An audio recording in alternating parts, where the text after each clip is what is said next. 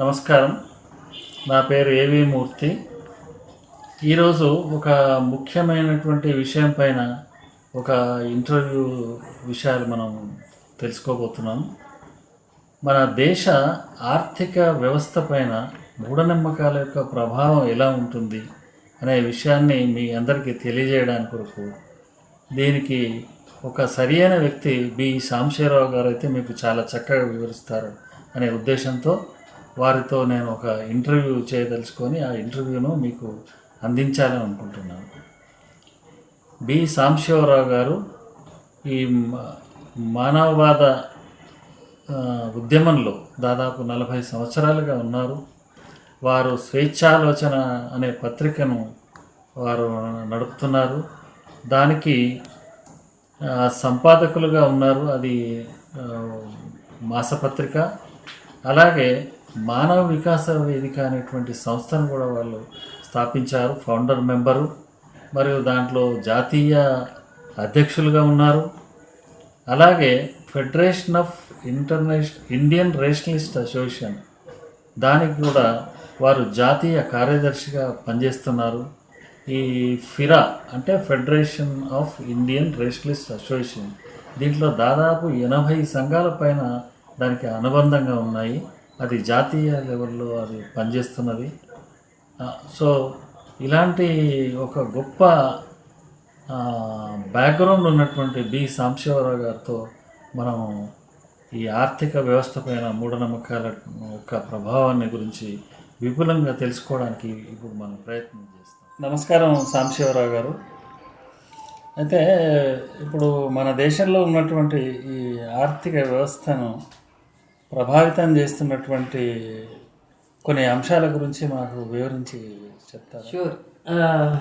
మా ఆర్థిక వ్యవస్థ అన్నప్పుడు చాలా కోణాలు ఉంటాయి. దానికి మీకు ఏ కోణాల నుంచి వివరాలు కావాలో చెప్తే బాగుంటుంది.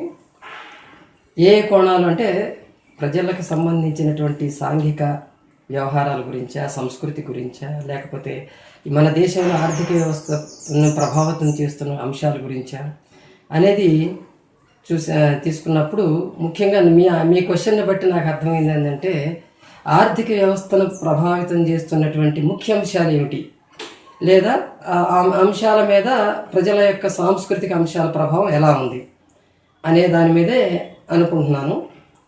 ఏ దేశ ఆర్థిక వ్యవస్థ అయినా సరే ముఖ్యంగా 2 రంగాల మీద ఆధారపడి ఉంటుంది. అయితే మన భారతదేశంలోకి వచ్చేసరికి ఆ 2 రంగాలు ఏంటంటే, మొట్టమొదటి సర్వీస్ సెక్టార్ ఒకటి, రెండవది అగ్రికల్చర్ సెక్టార్ ఒకటి. ఈ రెండింటి మీదనే భారతదేశ ఆర్థిక వ్యవస్థ ఆధారపడిందని ఆర్థిక నిపుణులు చెప్తూ ఉంటారు. సర్వీస్ సెక్టారు ఎక్కువగా ఉంది ఇప్పుడు భారతదేశంలో. అగ్రికల్చర్ సెక్టర్, వ్యవసాయానికి సంబంధించినటువంటి రంగం మాత్రం గత మన ఒక 20 సంవత్సరాల నుంచి తీసుకున్నట్లయితే దాదాపు తగ్గిపోతూ డిక్రీజింగ్ దీంట్లో ఉంది, మోడ్లో ఉంది. అంటే సర్వీస్ సెక్టార్ రంగం 60%కి అబవ్ ఉంటే అగ్రికల్చర్ సెక్టార్ రంగం 50 నుంచి ఇంకా కిందకి వస్తూ ఉంది ఇప్పుడు. అందువల్ల ఏంటంటే ఇది కొంతమంది ఆర్థిక నిపుణులు ఇది మంచిది కాదు, ఇది ప్రమాదకరం అని చెప్పి అంటున్నారు. కొంతమంది ఏమో సర్వీస్ సెక్టార్, ఏ దేశంలోనైనా సర్వీస్ సెక్టారే పెరుగుదల ఉంటేనే ఆర్థిక రేటు పెరుగుదల కూడా ఎక్కువ ఉంటుందని అంటున్నారు. అయితే భారతదేశ ఆర్థిక వ్యవస్థను తీసుకుంటే 1990కి ముందు 90 తర్వాత అనే విభజన రేఖ అనేది ఒకటి ఉంటుంది మనకి. 90కి ముందు ఎప్పుడు కూడా మన ఆర్థిక రేటు 5% మించలేదు. ఇది తలసరి ఆర్థిక రేటు అంటాం కదా, దాని తలసరి ఆదాయం రేటు అని కూడా అనొచ్చు. అది 5% మించలేదు. అందుకే ఇంటర్నేషనల్గా దానికి ఒక పేరు ఉంది 5%. ఏంటంటే హిందూ ఎకనామిక్ రేట్ అని దానికి ఒక పేరు ఉంది. అయితే తర్వాత గ్లోబలైజేషను, ఈ సరళీకరణ, లిబరలైజేషన్ లాంటివి వచ్చినప్పుడు 90s తర్వాత 92 నుంచే వచ్చినాయి. ఆ 92 తర్వాత వచ్చినప్పుడు ఆర్థిక రేట్లో క్రమంగా పెరుగుదల కనిపించింది మనకి. 5.2, 5.6 అట్లా పెరగటం అనేటువంటిది కనిపించింది. అట్లా అప్పటి నుంచే మన ఆర్థిక వ్యవస్థలో ఒక పురోగమనం అనేటువంటిది స్టార్ట్ అయింది. అయితే ఎట్లా స్టార్ట్ అయింది, దానికి మూల కారణాలు ఏంటంటే సంప్రదాయ విధానాలని మనం వదిలిపెట్టేసి వ్యవసాయంలో, చేతి వృత్తుల్లో, తర్వాత పరిశ్రమల్లో, ఉద్యోగాల కల్పనలో, వీటన్నిటిలో కూడాను కొత్తదనాన్ని తీసుకొచ్చాం మనం. యాంత్రికీకరణని తీసుకురావటం ఒకటి, తర్వాత కొత్త విధానాలను అవలంబించడం అనేది ఒకటి. ఇది మనకి ప్రపంచీకరణ ప్రభావంతో మనం నేర్చుకోవటం వల్ల ఇది సాధ్యమైంది. అందువలన వ్యవసాయ విధానాల్లో అంతకుముందు ఉన్నటువంటి పాత పద్ధతుల్ని మనం వదిలిపెట్టి యంత్రాలను ఉపయోగించడం అనేది పెరగటం వల్లనే తొందరగా పని సులువుగా అయింది. గ్రోత్ అంటే పంటల గ్రోత్ పెరిగింది, ఉత్పత్తి పెరిగింది, అన్నీ పెరిగినాయి అన్నమాట. వీటి వల్ల మన ఆర్థిక రేటు కూడా క్రమంగా పెరుగుతూ వచ్చింది. కనుక ఈ ఈ సరళీకరణ విధానాలు ఆర్థిక రేటుని పెంచాయని మనం క్లియర్గా చెప్పుకోవచ్చు. భారత ఆర్థిక వ్యవస్థను తీసుకున్నట్లయితే అందులో కొన్ని ముఖ్య అంశాలు ఉన్నాయి మనకి ముఖ్యంగా మనం గుర్తుపెట్టుకోవాల్సింది.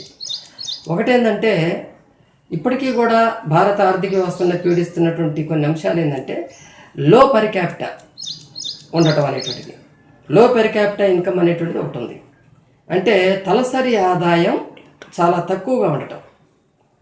ఆ తలసరి ఆదాయం తక్కువగా ఉండటం ఒకటి. తర్వాత మనది వ్యవసాయ ఆధారిత ఆర్థిక వ్యవస్థ కావటం ఒకటి.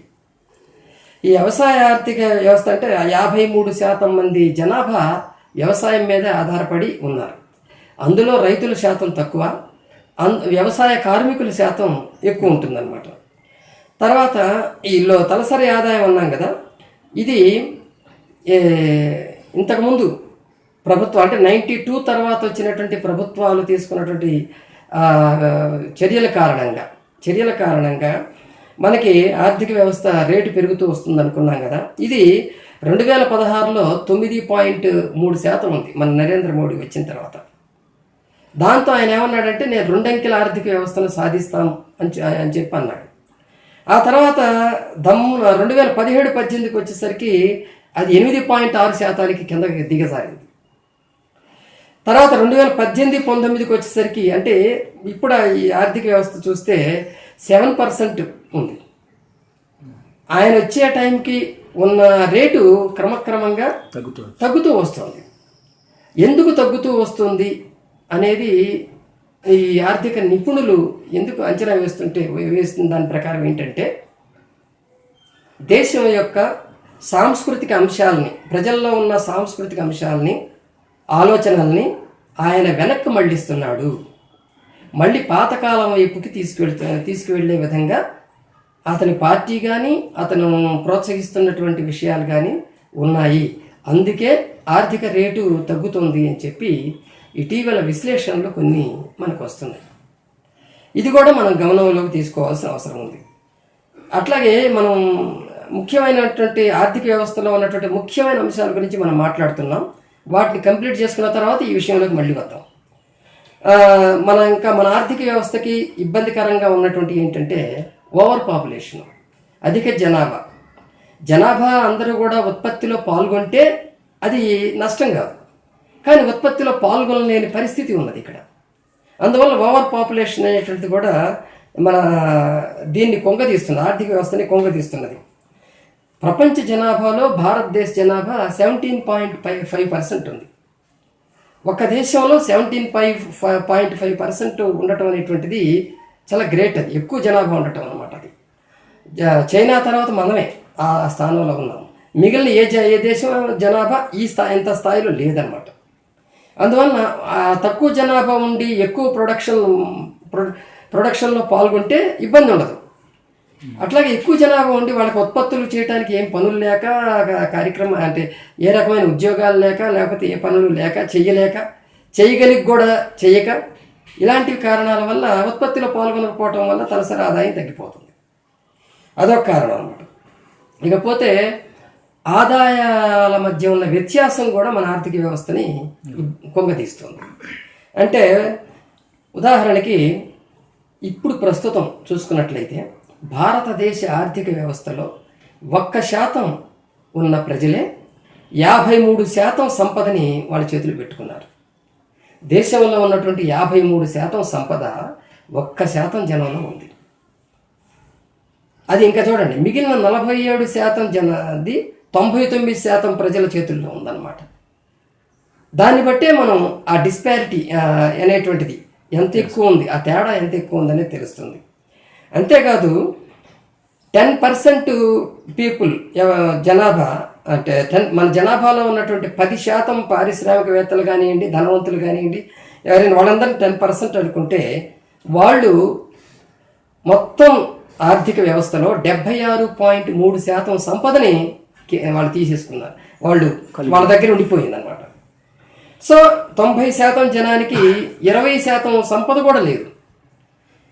ఆర్థిక వ్యవస్థలో 20% సంపద కూడా 90% మంది జనానికి లేదు. అంటే 90% సంపద మంది జనాభా సంపద మొత్తం కలిపిన 20% లేదు. ఈ రకమైనటువంటి వ్యత్యాసం అనేటువంటిది మనకి కనిపిస్తూ ఉందన్నమాట. అంతేకాదు క్యాపిటల్ ఫార్మేషన్ అంటే మూలధనాన్ని పెంచుకోవటానికి తగినటువంటి ఉపాయాలు మన ఆర్థిక వ్యవస్థలో లేవు. మన ఒక కుటుంబం ఉందంటే ఆ కుటుంబం తన మూలధనాన్ని పెంచుకోవటానికి కావలసినటువంటి మార్గాలు కొన్ని ఉండాలి. ఆ మూలధనం ఉంటే దాంతో కొత్త వాటిని వాళ్ళు ఎంచుకొని కొత్త పరిశ్రమలను లేకపోతే కొత్త ఉత్పత్తి వ్యవస్థలను కల్పించుకుంటారు. వాళ్ళు ఆ మూలధనాన్ని నిలుపుకోగలిగినటువంటి మార్గాలు లేవు. మూలధనాన్ని నిలుపుకునే మార్గాలు లేకపోగా ఉన్న ఆస్తులను నమ్ముకొని ఉన్న సంపదను ఖర్చు చేసి చివరికి పేదవాళ్ళు అయ్యేటువంటి దానికి ఎక్కువ అవకాశాలు అవుతున్నాయి. దీనివల్ల కూడా ఆర్థిక వ్యవస్థ కుంగిపోతుంది, భారతదేశ ఆర్థిక వ్యవస్థ. అంతేకాదు బ్యాక్వర్డ్నెస్ అనేటువంటిది మనకి ఇన్ఫ్రాస్ట్రక్చరల్ డెవలప్మెంట్లో కనిపిస్తుంది. అంటే మౌలిక వసతుల రంగం అనేది ఒకటి ఉంటుంది. ఆ మౌలిక వసతుల రంగం అనేటువంటిది ఇంకా వెనకబడి ఉంది మన దేశంలో. అది దాన్ని పెంచేటువంటి మార్గాలను కూడా ప్రభుత్వం తీసుకోవటంలా.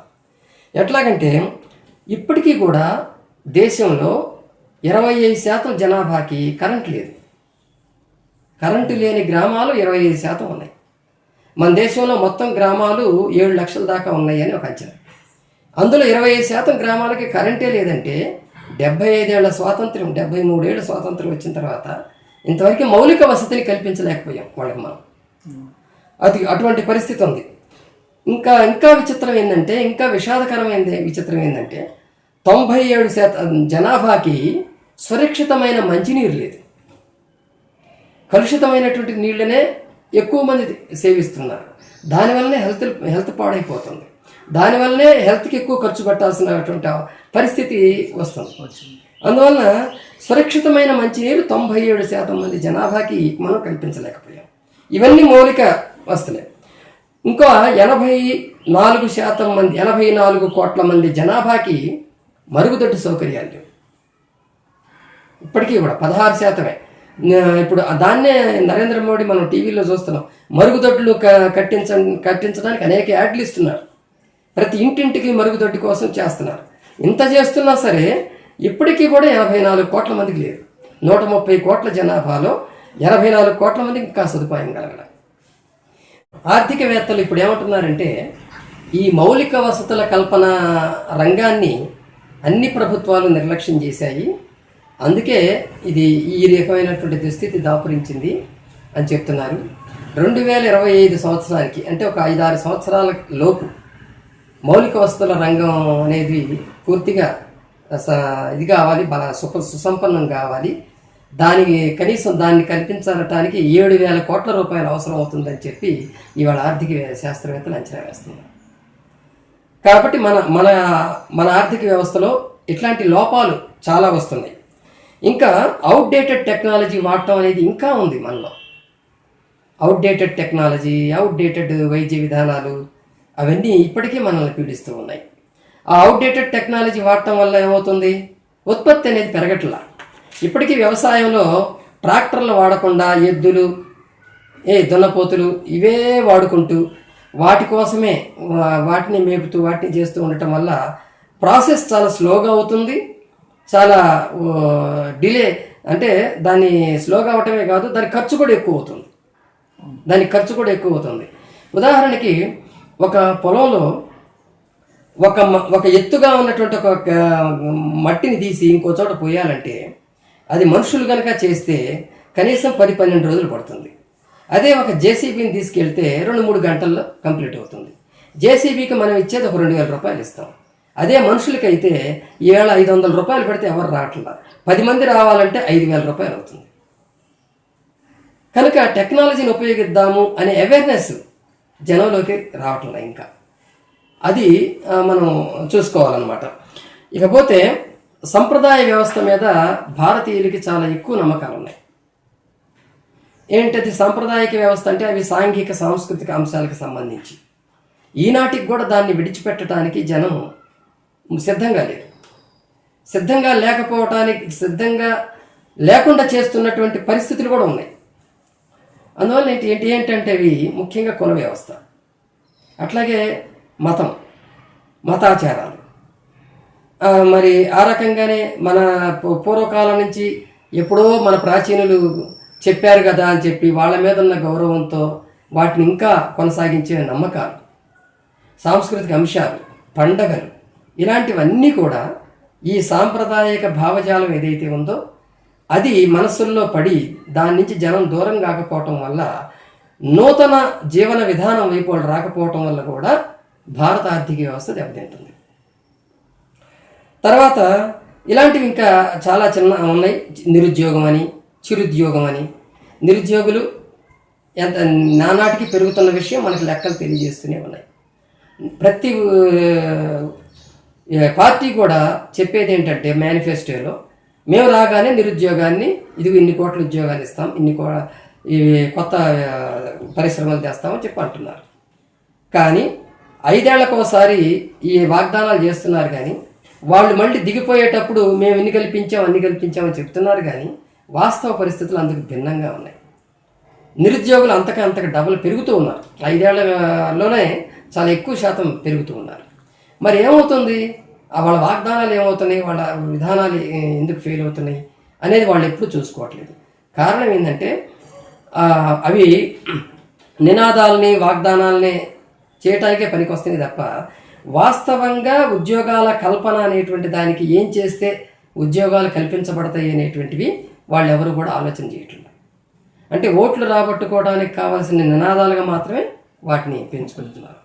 అయితే జనాభా పెరుగుతుంది కదా, అందుకే నిరుద్యోగాలు కూడా పెరుగుతున్నాయి అని అన్నప్పుడు జనాభా పెరుగుదల శాతం నిరుద్యోగ పెరుగుదల శాతాన్ని కనుక తీసుకున్నట్లయితే ఆ విధంగా అనరు ఎవరు కూడా. జనాభా పెరుగుదల రేటు కంటే నిరుద్యోగాలు చిరుద్యోగాల పెరుగుదల రేటు ఎక్కువగా ఉంది. కనుక విధానాల్లో లోపం ఉందనేటువంటిది మనం తెలుసుకోవాల్సినటువంటి అవసరం ఉంటుందన్నమాట. తర్వాత మనం ఇందాక చెప్పుకున్నట్టుగా ప్రజా జీవితం ఏదైతే ఉందో లో లెవెల్ ఆఫ్ లివింగ్ అంటాం దాన్ని. అంటే ప్రజల యొక్క జీవనం చాలా తక్కువ స్థాయిలో ఉండటం, జీవన ప్రమాణాలు చాలా తక్కువగా ఉండటం అనేటువంటిది కూడా జరుగుతూ ఉంది. ఎందుకు తక్కువగా ఉంటుందంటే సరైన ఆహారం, పోషకాహారం లేకపోవటం ముఖ్యంగా. జీవన ప్రమాణాలు చాలా తక్కువగా ఉండటం అనేటువంటిది కూడా మనం గమనిస్తూ ఉన్నాం. పోషకాహార లోపం అందులో ముఖ్యమైనటువంటిది చాలా. ఈ పోషకాహార లోపం వల్ల ప్రజల ఆరోగ్యం మీద దాని ప్రభావం పడుతుంది, విద్య మీద పడుతుంది, తర్వాత మొత్తం అన్ని వాళ్ళ జీవన రంగంలో ఉన్న అన్ని కోణాల మీద దాని పడుతుంది. పోషకాహార లోపాన్ని సరిదిద్దటానికి ఎవరు సరైనటువంటి చర్యలు తీసుకోవట్లేదు, ఏ ప్రభుత్వాలు కూడా. ఉచితంగా అది ఇస్తున్నాం, ఇది ఇస్తున్నాం, బియ్యం ఇస్తున్నాం, లేకపోతే కూరగాయలు ఇస్తున్నాం, లేకుంటే సరుకులు ఇస్తున్నాం, ఇవన్నీ ఇస్తున్నారు. అవన్నీ వాళ్ళకి సరిపోయేటువంటి స్థితిలో లేవు. పైగా పోషకాహార విలువలు కలిగినవి కూడా లేవు. అందువలన వాళ్ళ ఆరోగ్యం కోసం ఈవేళ ఒక సామాన్యుడు పోషకాహారం అందుకోలేక ఆరోగ్యం కోసం తన ఆదాయంలో 60% ఖర్చు పెడుతున్నాడు అనేది ఈవేళ లెక్కలు ఏ ఎకనామిస్ట్ని అడిగినా చెప్తాడు. హాస్పిటల్స్కి 60% ధారపోస్తున్నాడు. ఇక 40% మాత్రమే తన జీవితానికి ఉపయోగించుకుంటుంటే ఎన్నిటికని తన ఆదాయాన్ని ఉపయోగించుకోగలుగుతాడు? కాబట్టి జీవన ప్రమాణం చాలా తక్కువగా ఉండటం, కాబట్టి వాళ్ళని ఉద్ధరించడానికి ప్రభుత్వాలు ఏవి సరైన విధానాలు అవలంబించలేకపోవటం, ఇవన్నీ కూడా ప్రజలని పైకి తీసుకురావడానికి, అంటే వాళ్ళంతటా వాళ్ళు వాళ్ళ కాళ్ళ మీద నిలబడి వాళ్ళ జీవితాన్ని సరిదిద్దుకునే ఒక సపోర్ట్ ఇవ్వటానికి ఈ మన ఆర్థిక వ్యవస్థ కానీ ఈ నాయకులు కానీ సిద్ధంగా లేరు, లేకపోవటం అనేటువంటిది కూడా ఇప్పుడు ఆర్థిక వ్యవస్థని కుంగదీస్తుంది. నిరక్షరాస్యత లాంటి సమస్యలు ఇక ఉండనే ఉన్నాయి. నిరక్షరాస్యత వెనుకబాటుతనానికి ముఖ్య కారణం అవుతుంది. అందువలన మారుతున్న కాలంతో పాటు మళ్ళీ ఇవన్నీ మారకపోవటం వల్ల, ఇప్పుడు నేను చెప్పిన అంశాలన్నింటిలోనూ మార్పు రాకపోవటం వల్ల ఆర్థిక వ్యవస్థ బాగా దెబ్బతింటుంది. మనం టోటల్గా చూసినట్లయితే, వీటన్నిటిలో చూసినట్లయితే ప్రజల యొక్క మైండ్ సెట్ మార్చేటువంటి విధానాలు ఎవరు చేయట్లేదు. కాబట్టి వాళ్ళు కొత్తదనాన్ని అవలంబించి, కొత్త మార్గాన్ని అవలంబించి ఆర్థిక వ్యవస్థని బలోపేతం చేయడానికి సిద్ధం కాలేకపోతున్నారు. కాబట్టి వాళ్ళ మైండ్ సెట్ అనేటువంటిది ఇంకా వెనకే పాతకాలంలోనే ఉంది. ఆ సెల్ ఫోన్లు ఉపయోగించవచ్చు, కంప్యూటర్లు వాడచ్చు, ఏమైనా చేయొచ్చు, కానీ వాటిని వాడటానికి కూడా వాళ్ళు ఓల్డ్ మెథడ్సే, ఓల్డ్ మైండ్ సెట్ని ఉపయోగిస్తున్నారు. సో ఇవన్నీ కూడా మనం ఆర్థిక వ్యవస్థ మెరుగుదల కాకపోవడానికి కారణాలని మనం అనుకోవచ్చు. సాంబశివరావు గారు, ఇప్పుడు మన ఆర్థిక వ్యవస్థను ప్రభావం చేస్తున్నటువంటి అంశాల గురించి మీరు చెప్పారు, చాలా చక్కగా విశ్లేషించారు. ఎందుకంటే దీంట్లో మీ 40 సంవత్సరాల జీవితం మీరు సామాజిక ఈ స్పృహను అధ్యయనం చేయడానికి, వీటి పరిష్కార మార్గాలు వెతకడానికి మీరు చేసినటువంటి కృషి వల్ల ఇంత చక్కటి విశ్లేషణ చేయగలరని చెప్పి నేను అనుకుంటున్నా. 40 సంవత్సరాలు అంతకంటే ఎక్కువనే మీ జీవితం దీంట్లో మీరు పెట్టి ఉంటారు. అట్లాగే కాకుండా మీ అధ్యయనంలో రకరకాల ఫిలాసఫీస్ను కూడా మీరు స్టడీ చేశారు. సో దానివల్ల సామాన్యులకు కూడా అర్థమయ్యేటువంటి విధంగా ఈ ఆర్థికమైనటువంటి అంశాల మీద చక్కగా నేను అడిగినటువంటి ప్రశ్నకి మీరు చాలా బాగా చెప్పారు. అయితే మీరు చెప్తున్న దాంట్లో నాకు ఒక చిన్న డౌట్ ఉంది, అది నేను అడగాలనుకుంటున్నాను. ఏంటంటే ఇప్పుడు మీరు చెప్తూ మన భారతదేశంలో ఉన్నటువంటి 7 లక్షల గ్రామాలలో దాదాపు 25% జనాభాకి గృహాలకి ఎలక్ట్రిఫికేషన్ లేదు, కరెంటు సౌకర్యం లేదు అని అన్నారు కదా. అని చాలామంది అవునా నిజమా అనేటువంటి ఒక ఆశ్చర్యం కలుగుతుంది. మరి ఇది నిజమేనంటారా? ఎట్లా అసలు ఇది నిజం అని చెప్పడానికి ఏదైనా సర్వేలు ఉన్నాయా? ఏంటో కొంచెం మీరు వివరిస్తే వీక్షకులకి తెలుస్తుందని నాకు విన్నపం. మీ అనుమానం రావటం అవసరమే. మీరు ఏదన్నా సందేహాలు వచ్చినా అడగొచ్చు నన్ను, ప్రతిదానికి ఆధారాలు ఉన్నాయి. ఇది నేను చెప్పిన 25% ఇప్పటి వరకు కూడా ఎలక్ట్రిసిటీ లేదు గ్రామాల్లో అని చెప్పింది నేను సొంతంగా చెప్పింది కాదు. హేమంత్ సింగ్ అనేటువంటి ఎకనామిస్టు 2016 జూలై 5న ఇది ప్రకటించాడు. ఆయన చెప్పినటువంటి దాన్ని నేను ఈవేళ మీకు చెప్తున్నాను. అది ఆల్రెడీ పత్రికల్లో కూడా వచ్చింది. అప్పుడు ఇంతవరకు చెప్తున్నటువంటి విషయాల్లో ప్రజల యొక్క మైండ్ సెట్ కూడా మారాలనే ఒక అంశాన్ని మీరు చెప్పారు. అంటే ఎట్లా ప్రజల్లో మైండ్ సెట్ మారాలి అని అంటున్నారు కదా, వాళ్ళల్లో ఉన్నటువంటి మూఢనమ్మకాల వల్ల ఈ మార్పుకు ఒక అవరోధం ఏర్పడుతుందని అనుకుంటున్నాను. ఎస్ సార్, మైండ్ అంటే మరేమీ లేదండి. మైండ్ అంటే ఆలోచనలు కేంద్రం. అది మనస్సు అనేది ఆలోచనల కేంద్రం. అందులో మనం ఎటువంటి ఆలోచనలు చేస్తున్నాము అనే దాన్ని బట్టే మన మైండ్ సెట్ అనేది ఉంటుంది. 2 రకాల ఆలోచనలే ఉన్నాయి మొత్తం మీద చూసినట్లయితే. ఒకటి ప్రాచీన సంప్రదాయాలు, దేవుడు, మూఢనమ్మకాలు, ఆ మతం చుట్టూ అల్లుకున్నటువంటి భావజాలం, వీటన్నిటి గురించి ఆలోచించేది. ఈ ఆలోచనలతో ఏర్పడినటువంటి మైండ్ సెట్ ఒకటి ఉంటుంది. ఇందుకు భిన్నంగా సైంటిఫిక్ ఆలోచనలు చేసేటువంటి మైండ్ సెట్ మరొకటి ఉంటుంది. ఈ 2 రకాలే ఉన్నాయి. వాటినే మనం పూర్వం నుంచి మొదటి నుంచి చెప్పుకుంటుంది ఏంటంటే భావవాదం, భౌతికవాదం. భౌతికవాదులు, భావవాదులు అనే రెండు రకాల మైండ్ సెట్సే ఉంటాయి. సో ఆ రకంగా చూసినప్పుడు మనకి ఆ, ఇప్పుడున్నటువంటి భారతదేశ ఆర్థిక వ్యవస్థ మీద మరి భౌతికవాదంతో నిండి ఉన్నటువంటి మానసిక స్థితి అంటే లేదా భౌతికవాదం అవలంబించేటువంటి వాళ్ళ ఆ, ఆచార వ్యవహారాలు వాళ్ళ ప్రభావం ఉంటుందని, లేకపోతే భావవాదానికి సంబంధించినటువంటి మానసిక స్థితి కలిగినటువంటి వాళ్ళ ప్రభావం ఉంటుందని, ఈ రెండు రకాల ప్రభావాలు ఉంటాయని మనం అనుకోవచ్చు. భారతదేశ ఆర్థిక వ్యవస్థ వెనకబాటుతనానికి మాత్రం ఈ భావవాద మైండ్ సెట్టే కారణం అని నేను అనుకుంటూ ఉన్నాను. ఎందుకంటే ఇందాక మనం భారతదేశ ఆర్థిక వ్యవస్థని కుంగదీస్తున్నటువంటి అంశాలని ఏవైతే చెప్పుకున్నామో వాటన్నిటిలో కూడా భావవాదానికి సంబంధించినటువంటి అంశాలే ఉన్నాయి, సంప్రదాయాలు ఉన్నాయి వాటన్నిటికీ వెనక. సో మనం ఇప్పుడు జనం వెళుతున్నటువంటి గుళ్ళు, గోపురాలు, వాళ్ళ ఆశ్రమాలు, వాళ్ళు అనుసరిస్తున్నటువంటి జ్యోతిష్యం లాంటి మూఢనమ్మకాలు, ఇవన్నీ కూడా వాళ్ళ ఆర్థిక జీవన విధానాన్ని దెబ్బతీస్తున్నాయి. ఆ ఆర్థిక విధానం దెబ్బతీయటం వల్ల దాని ప్రభావం ఆర్థిక వ్యవస్థ మీద పడుతూ ఉంటుంది. ఇప్పుడు ఫర్ ఎగ్జాంపుల్ ఒక సామాన్యుడు ఉన్నాడు అనుకోండి, రోజు కూలికి వెళ్ళి కుటుంబంలో నా భార్యాభర్త పిల్లలు ఉంటే, భార్యాభర్తలు ఇద్దరు కూడా పని చేసుకుంటుంటే వాళ్ళు తీసుకొచ్చేటువంటి ఆదాయం వాళ్ళ కుటుంబాన్ని నిజంగా నడిపించాలంటే వాళ్ళ ఆలోచనల ప్రకారమే అది నడుస్తూ ఉంటుంది. వాళ్ళ ఆలోచనల ప్రభావం వాళ్ళ కుటుంబ నడక మీద ఆధారపడి ఉంటుంది.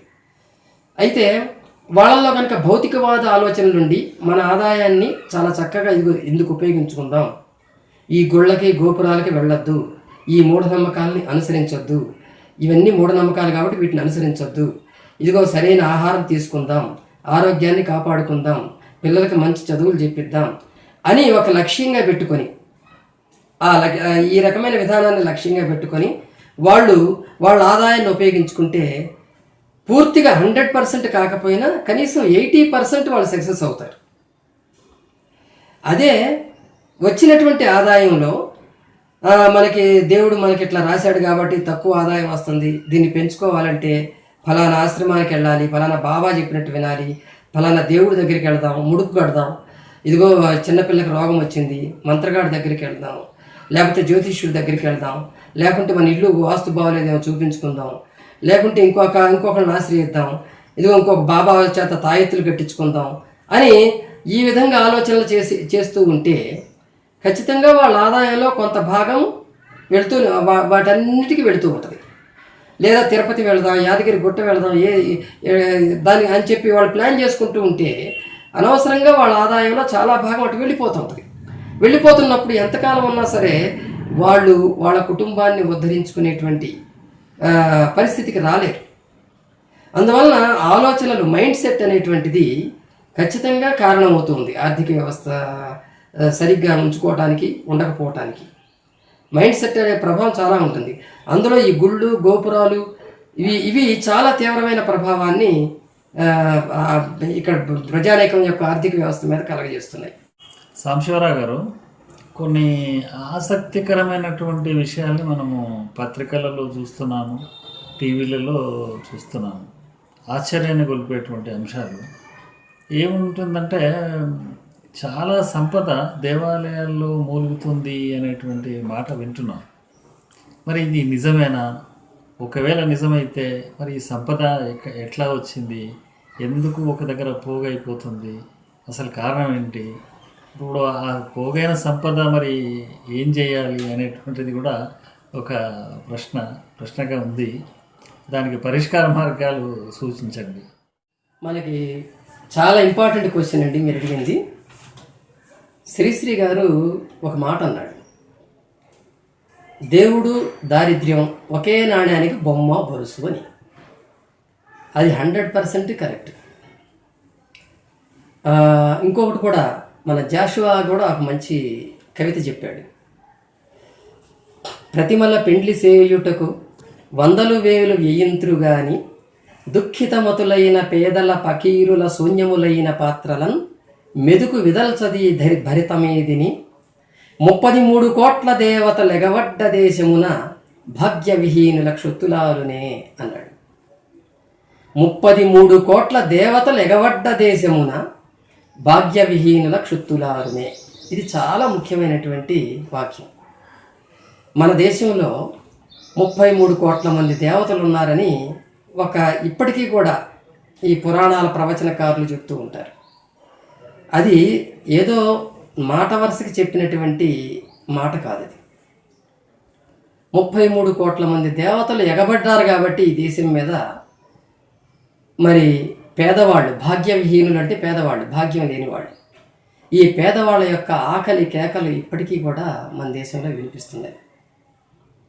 అన్నమో రామచంద్ర అని చెప్పి ఆ రామచంద్రుడిని పట్టుకొని అన్నం పెట్టవయ్యా బాబు అని దేవిరించేటువంటి పరిస్థితి ఇప్పటికీ ఉంది.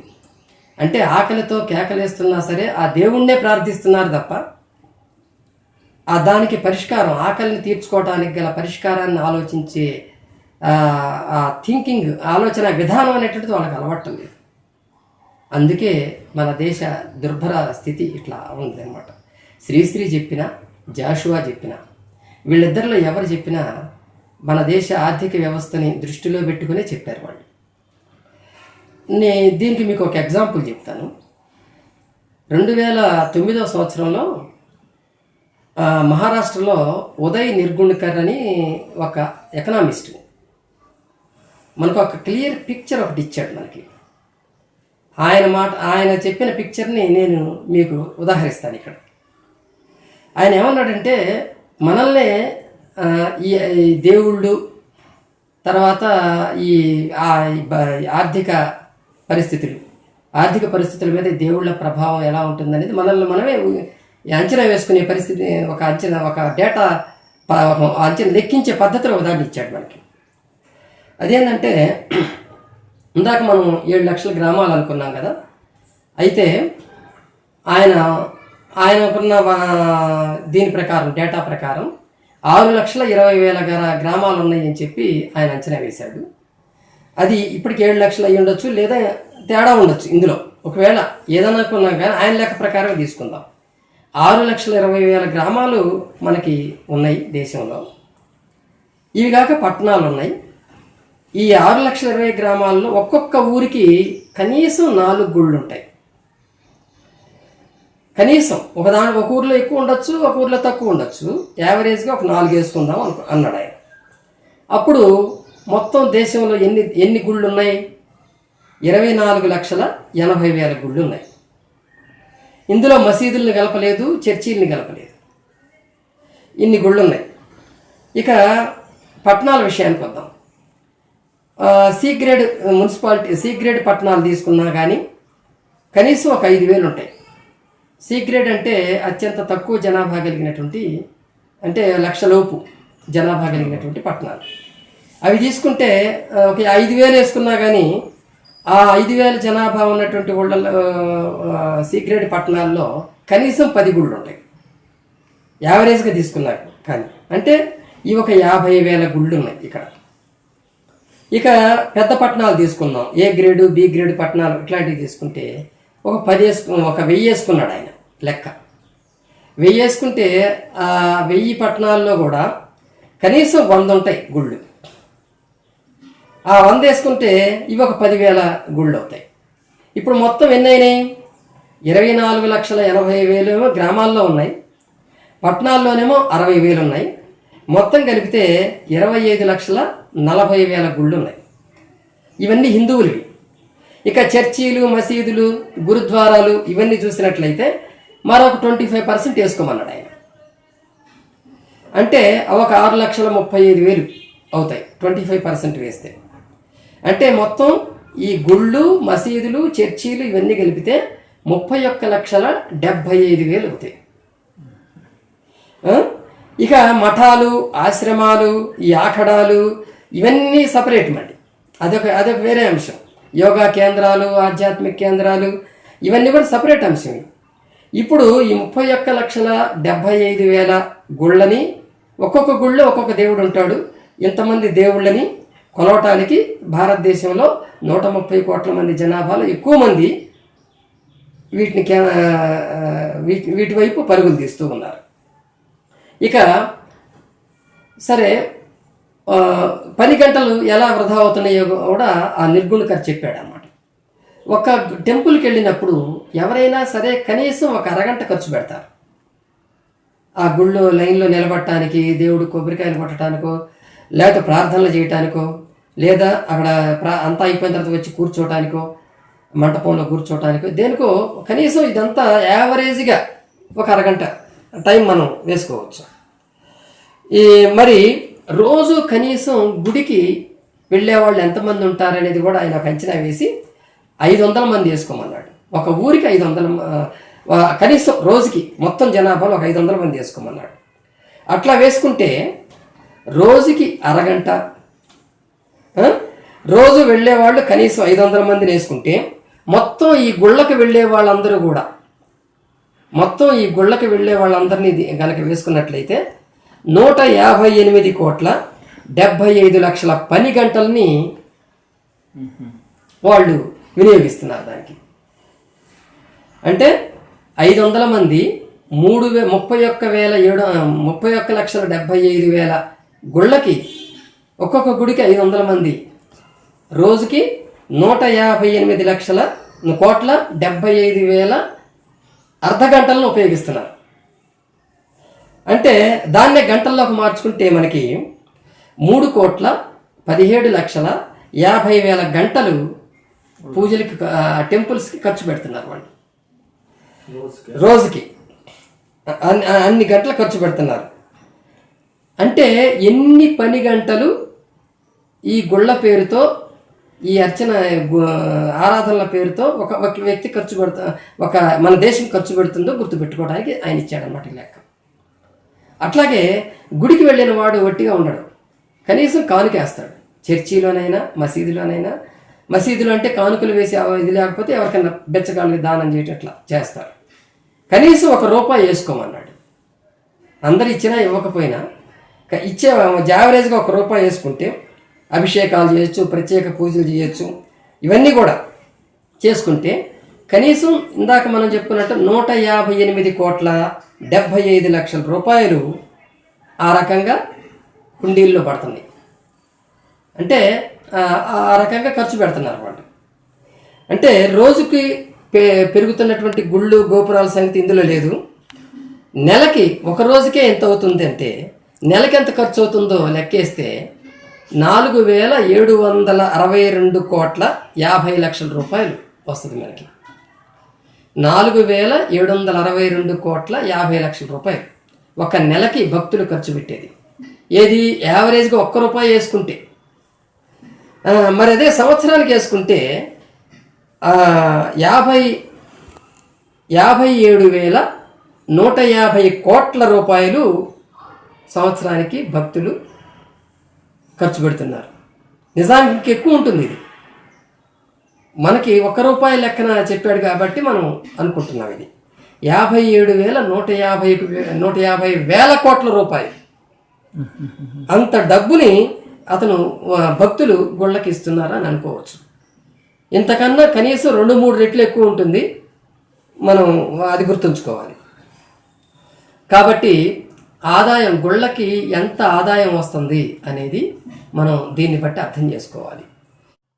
ఈ గుళ్ళు, గోపురాలు, ఆరాధన కేంద్రాలు, మసీదులు, చర్చీలు, బౌద్ధాలయాలు, మరి ఇవన్నీ వ్యాపార కేంద్రాలుగానే ఉన్నాయి. వ్యాపార కేంద్రాలని మామూలుగా కాదు, చాలా గట్టిగానే చెప్పవచ్చు.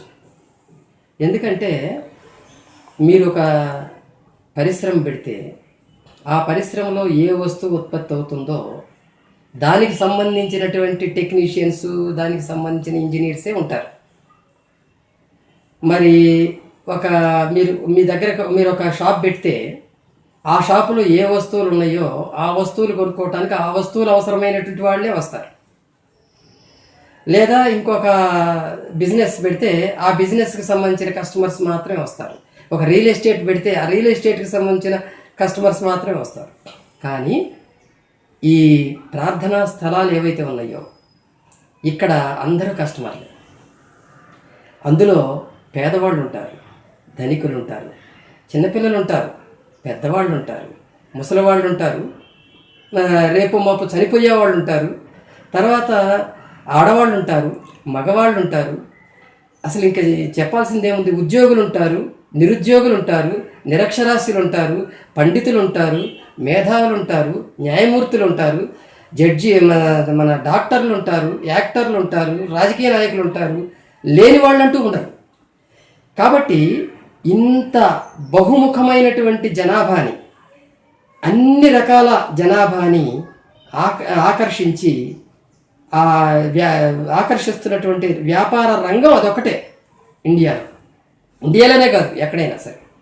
సో ఇన్ని రకాలైనటువంటి బహుముఖ వ్యక్తులతో నిండినటువంటి కేంద్రం కాబట్టే దాన్ని ఒక పెద్ద జైగాంటిక్ మార్కెట్ అంటున్నారు ఆర్థిక నిపుణులు.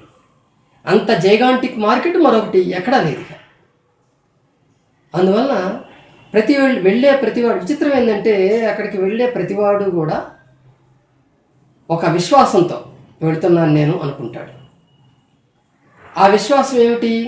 అక్కడికి వెళితే నా మనస్సు ప్రశాంతంగా ఉంటుందని కొంతమంది, లేదు నా మనస్సులో ఉన్నటువంటి పాపాలు అన్నీ తొలగిపోతాయని కొంతమంది నాకు ఏదో మేలు జరుగుతుందని, కొంతమంది నాకున్న కష్టాలు తీరిపోతాయని, ఇట్లా రకరకాల కారణాలతో వెళ్తుంటారు.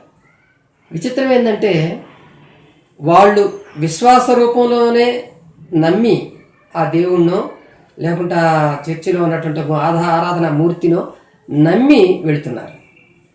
కేవలం విశ్వాసమే కారణం. నిజంగా అవి జరుగుతాయా, అక్కడికి వెళితే వాళ్ళ కోరికలన్నీ తీరతాయా అనేది ఎప్పుడు వాళ్ళు పరీక్షించుకోరు. ఎందుకంటే అది పరీక్షకు నిలబెట్టకూడనిది, దాన్ని పరీక్షించడానికి వీలు లేనిది అని చెప్పి మళ్ళీ దాన్ని నమ్ముతారు. అందువలన అసలు ఉన్నాడో లేడో తెలియనటువంటి దేవుణ్ణి నమ్ముకొని వీళ్ళందరూ వెళుతున్నారు. మార్కెట్లకు వెళ్ళేవాళ్ళు, షాపులకు వెళ్ళేవాళ్ళు అక్కడ ఫలానా వస్తువు దొరుకుతుందని ఖచ్చితంగా నమ్ముతారు, దానికి డబ్బులు పే చేస్తారు, ఆ వస్తువు తెచ్చుకుంటారు. లేదా ఇంకొక సేవా రంగానికి వెళ్ళినప్పుడు, ఒక వైద్యుడి దగ్గరికి వెళ్ళినప్పుడు ఆ వైద్యుడికి డబ్బులు చెల్లిస్తారు, ఆ ప్రతిఫలాన్ని పొందుతారు. ఇక్కడ డబ్బులు చెల్లిస్తున్నప్పటికీ కూడా వస్తున్న ప్రతిఫలం వాస్తవమా, భౌతికమా, అభౌతికమా అనేది కూడా ఆలోచించకుండా, అది వాస్తవమా కాదనేది కూడా ఆలోచించకుండా వెళుతున్నారు. అది ఈ వ్యాపారంలో ఉన్నటువంటి ఒక పెద్ద మనం తెలుసుకోవాల్సినటువంటి ఒక మౌలిక అంశం. మీకు ఇప్పుడు సెల్ ఫోన్లు వ్యాపారం చాలా బాగుంది అనుకుంటున్నాం. సెకండ్కి ఒక సెల్ ఫోన్ అమ్ముడవుతుంది ఇండియాలో అని చెప్పి కొంతమంది పత్రికల్లో వార్తలు వచ్చినాయి ఆ మధ్య. ఆ ఒక సెకండ్కి సెల్ ఫోన్ అమ్ముడవుతున్నప్పటికీ కూడా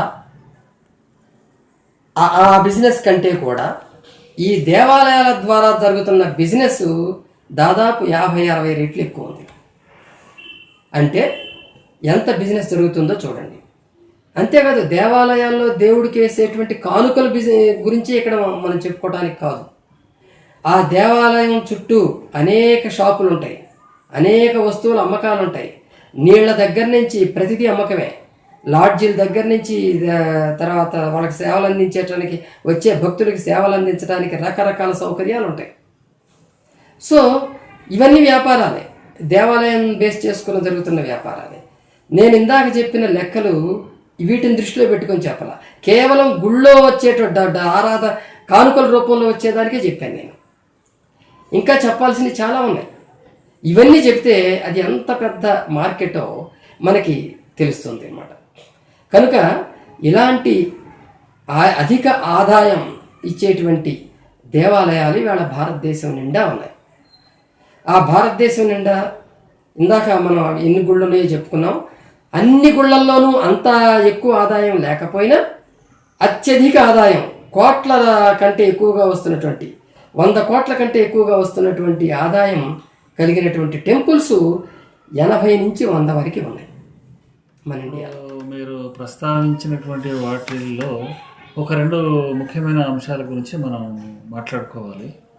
ఏంటంటే, ఈ భక్తి పేరిట ఒక వ్యాపారం అనేది జరుగుతుంది అనేటువంటి విషయాలు మీరు చెప్పారు. దాంట్లో మరి ఈ ఏ దేవాలయాల్లో మరి ఈ ఎక్కువ సంపద ఉంది, ఆ దేవాలయాలు ఏమేమి ఉన్నటువంటిది ఒక అంశం.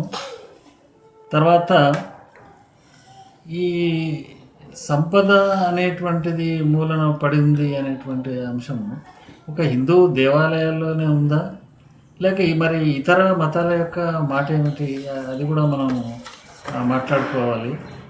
మరి ఇతర మతాలు అంటే ఇప్పుడు చర్చిలు ఉన్నాయి, తర్వాత మసీదులు ఉన్నాయి, బౌద్ధ ఆలయాలు కూడా ఉన్నాయి.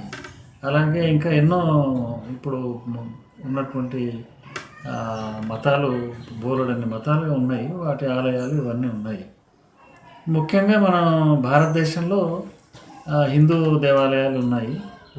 వాటిల్లో ఎక్కువగా సంపద పోగుపడ్డటువంటి దేవాలయాలు ఏంటి, అలాగే ఇతర మతాల సంగతి మరి ఏంటి? బాగుంది, మంచి ప్రశ్న ఇది.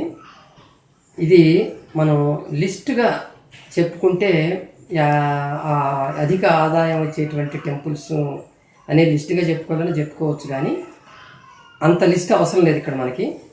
కొన్ని రాష్ట్రాల్లో కొన్ని దేవాలయాలను మనం తెలుసుకుంటే నిజమే అంటే మిగిలిన దేవాలయాలు కూడా ఇంకెక్కువే ఉంటాయి అనేది మన దృష్టికి వస్తుంది. ఉదాహరణకి గుజరాత్ తీసుకుంటే, గుజరాత్లో ద్వారక, సోమనాథ దేవాలయం, అక్షరధామ్ దేవాలయం, మరి బదరీశ్వర్ అనేటువంటి దేవాలయం, ఇవన్నీ కూడా ఉన్నాయి. ఆ సిక్కింలో హనుమాన్ థోక్ అనేటువంటి ఒక టెంపుల్ ఉంది. గౌహతిలో కామాఖ్య టెంపుల్ ఉంది. ఇట్లా దేశంలో చాలా పెద్ద పెద్ద టెంపుల్సే ఉన్నాయి. మరి తేజ్పూర్లో మహాభైరవాలయం ఉంది. కైసోలిలో బిజ్జనాథ్ దేవాలయం ఉంది. తర్వాత ఉత్తరాఖండ్ తీసుకున్నట్టయితే మనకి తెలుసు హిడింబాలయం, కేదార్నాథ్, బద్రీనాథ్. మరి గుర్గాం తీసుకున్నట్లయితే హర్యానాలో గుర్గాం తీసుకున్నట్లయితే శీతలాదేవి టెంపుల్ అని ఒక పెద్ద టెంపుల్ అక్కడ మనకు కనిపిస్తుంది. అరుణాచల్ ప్రదేశ్లోకి వెళ్ళినట్లయితే పరశురామ కుండం అని ఒక టెంపుల్ మనకి అక్కడ కనిపిస్తుంది. మణిపూర్లో గోవింద టెంపుల్ అని ఒకటి ఉంది మణిపూర్లో. రాజస్థాన్లోకి వెళ్తే ఉదయ్పూర్లో సుబాహు గుడి అని ఒకటి మనకు కనిపిస్తుంది. అట్లాగే జైపూర్లో గోవింద దేవ టెంపుల్ అని ఒకటి ఉంటుంది. ఇవన్నీ ఒక్కొక్క రాష్ట్రంలో చాలా పేరున్నటువంటిది. ఇంకా చిన్న చిన్నవి చాలా ఉండొచ్చు, కానీ పేరున్న టెంపుల్స్. ఉదాహరణ బెంగాల్లో కాళికాదేవి ఆలయం ఉంది. ఆ కాళికాదేవి ఆలయం అట్లాగే రామకృష్ణ మిషన్ ఉంది. దానికి కూడా చాలా ఎక్కువ ఆదాయం వస్తుంది. అది టెంపుల్ కాకపోయినప్పటికీ ఈ వీటిలాగా ఒక ఆధ్యాత్మిక అంటే పూజలు, భక్తి, భజనలు ఇవి ఇట్లా జరిగేవి కానప్పటికీ కూడా అది కూడా టెంపుల్ లాగా భావించి అక్కడికి కూడా చాలామంది, వేలాది మంది వస్తూ ఉన్నారు. కాబట్టి అక్కడ కూడా ఆదాయం ఎక్కువగానే ఉంటుంది. అట్లాగే హర్యానాలో ఇంకోటి పానిపట్ దగ్గర ఉన్నటువంటి ఒక టెంపుల్, అది కూడా చాలా ఎక్కువ ఆదాయం వచ్చేటువంటి టెంపుల్. అట్లాగే కాశీ తీసుకున్నట్లయితే కాశీ విశ్వేశ్వర టెంపుల్, అట్లాగే అయోధ్య. మరి మన దక్షిణ భారతదేశంలోకి వచ్చామనుకోండి, దక్షిణ భారతదేశంలో శ్రీశైలం ఉంది, మనకి తిరుపతి ఉంది, విజయవాడ ఉంది. ఇవన్నీ కూడా ఆంధ్రప్రదేశ్లో ఉన్నటువంటి శ్రీకాళహస్తి, మరి అన్నవరం టెంపుల్, ఇవన్నీ కూడా మనకి కనిపించేటువంటి ఎక్కువ ఆదాయం వచ్చేటువంటివి. వీటన్నిటిలో తిరుపతి చాలా ఎక్కువ ఆదాయం వస్తుంది. దాని గురించి సపరేట్గా మాట్లాడుకుందామండి. ఇక మహారాష్ట్రలోకి వెళ్ళామనుకోండి, మహారాష్ట్రలో ముంబైలో సిద్ధి వినాయక టెంపుల్ ఉంది. ఆ సిద్ధి వినాయక టెంపుల్కి చాలా ఎక్కువ ఇన్కమ్ వస్తూ ఉంటుంది. ముంబాదేవి టెంపుల్ ఉంది, బాబుల్నాథ్ టెంపుల్ ఉంది, అష్టవినాయక టెంపుల్ ఉన్నాయి. అట్లాగే మరి ఏకాదశ మారుతి టెంపుల్ ఉంది. మరి శనిసింగనాపూర్ ఉంది. ఇంకో శనిసింగనాపూర్ అనేది మహారాష్ట్రలో ఫేమస్ టెంపుల్. షిరిడి టెంపుల్ మనందరికీ తెలిసిందే. తుల్జా భవానీ టెంపుల్ ఉంది, పండరీపురం ఉంది. ఇవన్నీ కూడా అధిక ఆదాయం వస్తున్నటువంటి టెంపుల్సే.